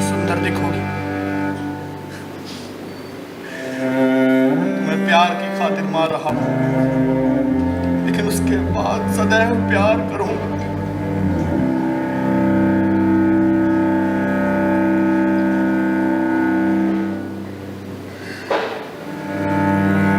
इतना सुंदर प्राणी कभी भी इतना खतरनाक नहीं हुआ होगा। मैं रोता हूं, लेकिन ये आंसू निरंकुश हैं। अंतिम विदा।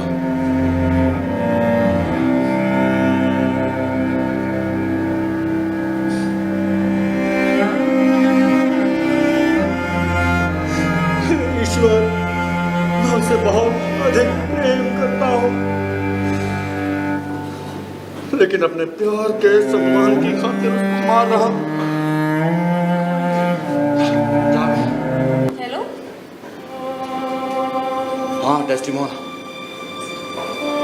हेलो, आप वहाँ क्या कर रहे हैं? इधर आइए मेरे पास। तुमने आज रात प्रार्थना कर ली? हाँ, मैंने प्रार्थना कर ली। अगर कोई ऐसे पाप हैं जिनका तुमने अभी तक पश्चाताप नहीं किया, उसके लिए एक बार प्रार्थना कर लो। ऐसे क्यों बोल रहे हैं? मैं जितना कहता हूं उतना करो। जब तक तुम्हारी आत्मा अपने सारे पापों का प्रायश्चित नहीं कर लेती, मैं तुम्हें मार नहीं सकता। आप मुझे मारने की बात कर रहे हैं? कर रहा हूं।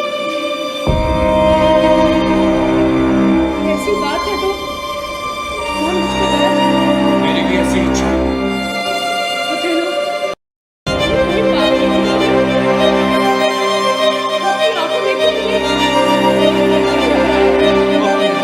तो याद कर। आप नहीं किया है कि आपसे बात करना नहीं करना पाप है। हाँ, और उसी के लिए तुझे मरना होगा। नहीं किया है, मैंने आपसे बात करनी है। मैं आपसे मोहब्बत करती हूँ। वो रुमाल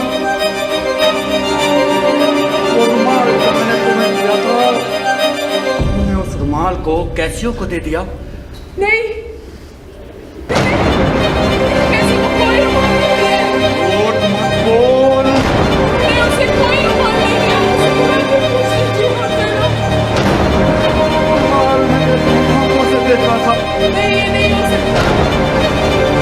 उसे बुला के पूछिए। उसने ये बात कबूल कर ली है। उसके तेरे साथ संबंध थे, कैसे संबंध? शारीरिक संबंध। ओथेलो, मुझसे आपसे मत बोलो, तुम्हारी आखिरी रात है। मैं झूठ नहीं बोल रही हूँ। ये साजिश है। ये साजिश है। आप मुझसे बुला के पूछते क्यों नहीं? वो अब किसी को कुछ नहीं बता पाएगा। क्यों? ईमानदार यागो ने सब काम तमाम कर दिया है। यागो? मैं आपसे ओथेलो, ये साजिश है। आपके खिलाफ ये साजिश होती है वैश्या औरत। ओथेलो, मैं आपसे संघर्ष करना बंद करो, ये तुम्हारी आखिरी रात है। ओथेलो, आप मेरे पास कभी मुझे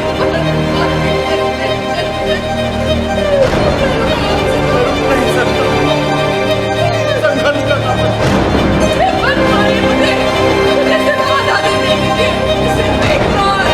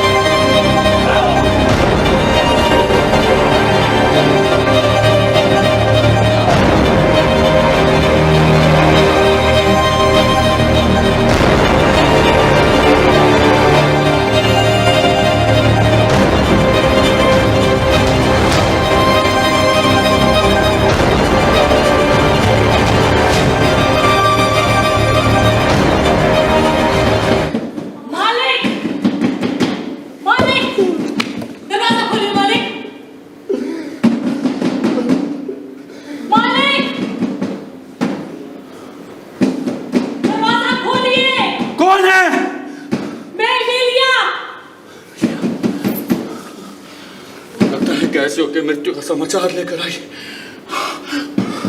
ठहरो,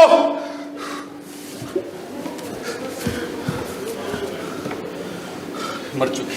जल्दी कीजिए। ठहरो, मैं बुलाता हूं। खोलिए दरवाजा, खोलिए मालिक। अंदर आओ। मालिक, कैसियो ने एक व्यक्ति की हत्या कर दी है। उसका नाम रोड्रिगो था। क्या? रोड्रिगो की हत्या हुई? हाँ। और कैसियो? कैसियो जिंदा है। ईश्वर, गलत हत्या हो गई। ऐसे कैसे हो सकता है? मालकिन अभी तक सो रही है। हाँ, उसकी तबीयत थोड़ी खराब है। तबीयत कल तक तो ठीक थी। मालकिन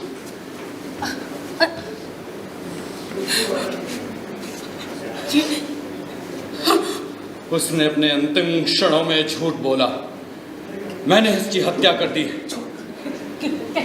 ऐसा अगर अगर तूने इसकी हत्या की है तो तू सबसे बड़ा शैतान है। वो एक वेश्या थी, चरित्रहीन औरत। वो दिव्य रूप से पवित्र थी और तुझसे बहुत प्रेम करती थी। मेरा ईश्वर जानता है कि मैंने इसको पर्याप्त कारणों की वजह से मारा है। पर्याप्त कारण? और तुम्हारा पति इस सब बातों को जानता था। मेरा पति? हाँ, तुम्हारा पति। मेरा पति इस बात को जानता था कि ये चरित्रहीन है? हाँ, कैसियो के साथ। नहीं मालिक, उसने एक अबोध प्रेम को लेकर चाल चली, पर अफसोस तुम उसकी चाल में फंस गए। अगर उसने वाकई ऐसा किया है ना, तो उसकी बुरी आत्मा दर-दर भटकेगी। मैं तुम्हें चुनौती देती हूँ, जो कुछ भी तूने किया है ना, तू उसके लायक नहीं था। एमिलिया, तुम्हारा चुप रहना ठीक है। ये धमकियों से मैं डरने वाली नहीं हूँ। मैं चिल्ला चिल्ला कर सबको बताऊंगी कि यहाँ पर हत्या हुई है। और तुमने जो किया है ना, उससे स्वर्ग भी बदबू से भर गया है। अरे ओ हफ्शी, तो तुझसे बहुत प्रेम करती थी। शांत रहो एमिलिया। तुझे अपना सब कुछ मानती थी। ये क्या किया?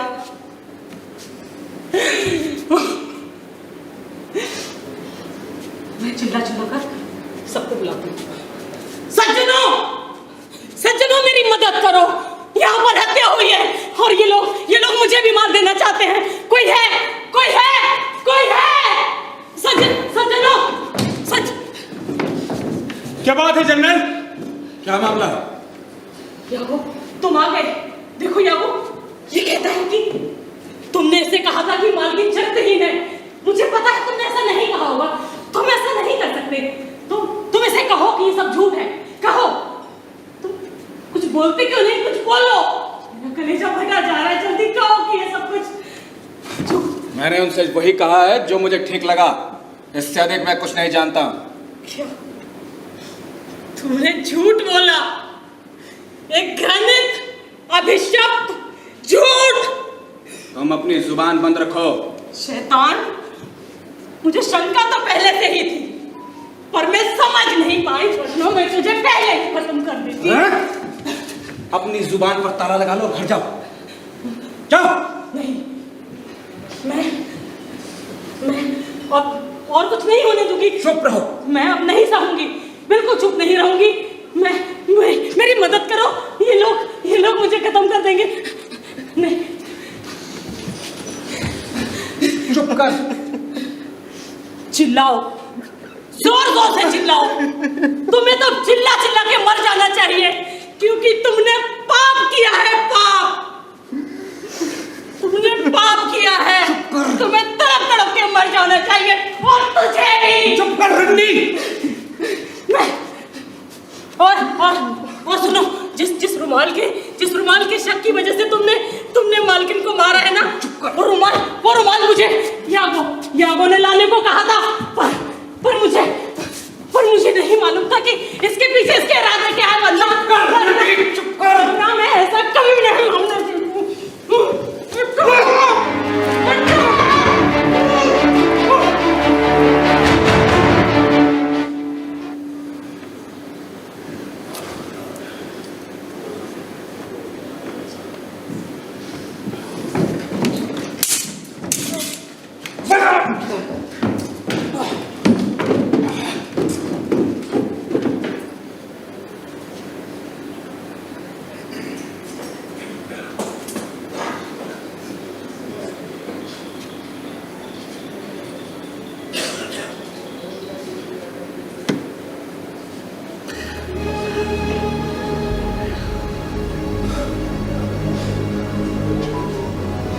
सिपाही के हाथ में इससे अच्छा खंजर नहीं हो सकता। मुझे आज भी वो दिन याद है जब इस खंजर को लेकर मैंने एक ऐसा रास्ता पार किया था जो कि 20 गुना रुकावटों से भरा पड़ा था। लेकिन अब ये बस एक ही वगारना है। अपने भाग्य से ऊपर कौन उठ सकता है?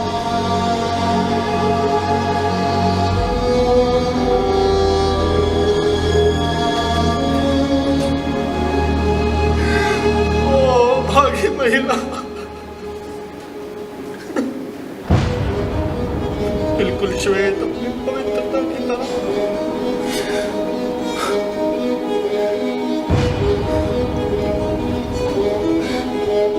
जब हम लोग निर्णय की जगह मिलेंगे तुम्हारी पवित्र आत्मा मुझे नर्क में ढकेल देगी।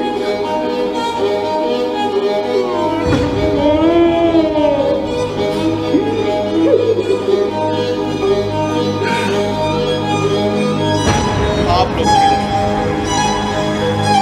एक सिपाही की यात्रा करो। ये रही सिपाही की यात्रा और ये रहा उसका अंत।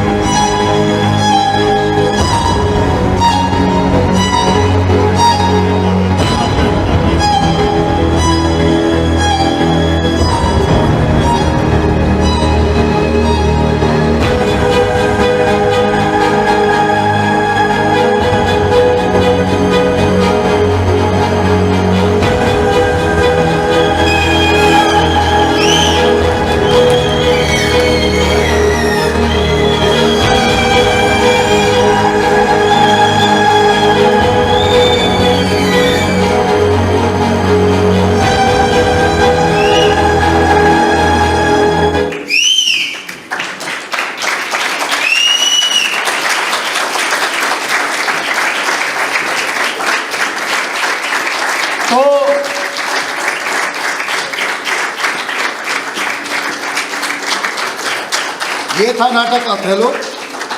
इस नाटक के निर्देशक हैं अरविंद सिंह जी, और आशा करते हैं आप सभी को पसंद आया होगा। और यही नाटक हमारा परसों भी है और आप लोग आए देखने, आप सभी का स्वागत है। कलाकारों ने बहुत मेहनत करी है। मैं कलाकारों से चाहूँगा कि अपना परिचय वो स्वयं दें। सैफी। नमस्कार, मेरा नाम निशा शर्मा है और मैं बियांका के कैरेक्टर में थी। राकेश कुमार। मोनिदीप कांजीलाल एज ब्रवेंशियो। प्रसून नारायण श्रीवास्तव रॉड्रिगो।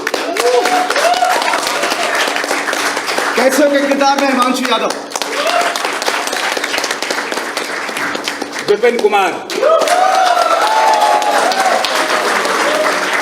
सिद्धार्थ चौधरी। शिवानी राय। मधु रावत इमेलिया। अकबर कुरैशी। आकाश। और लाइट पे थे धीरेन्द्र भाई,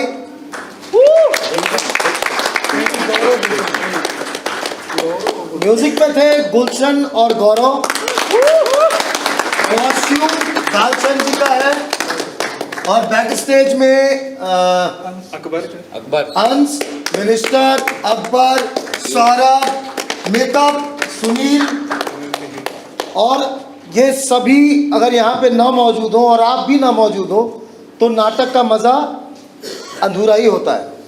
आप सभी की वजह से, आप सभी के लिए थैंक्स अ लॉट।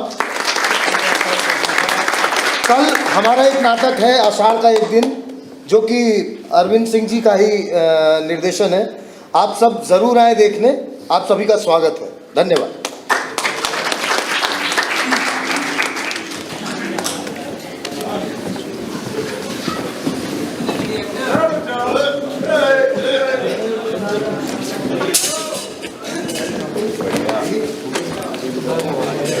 हाँ भाई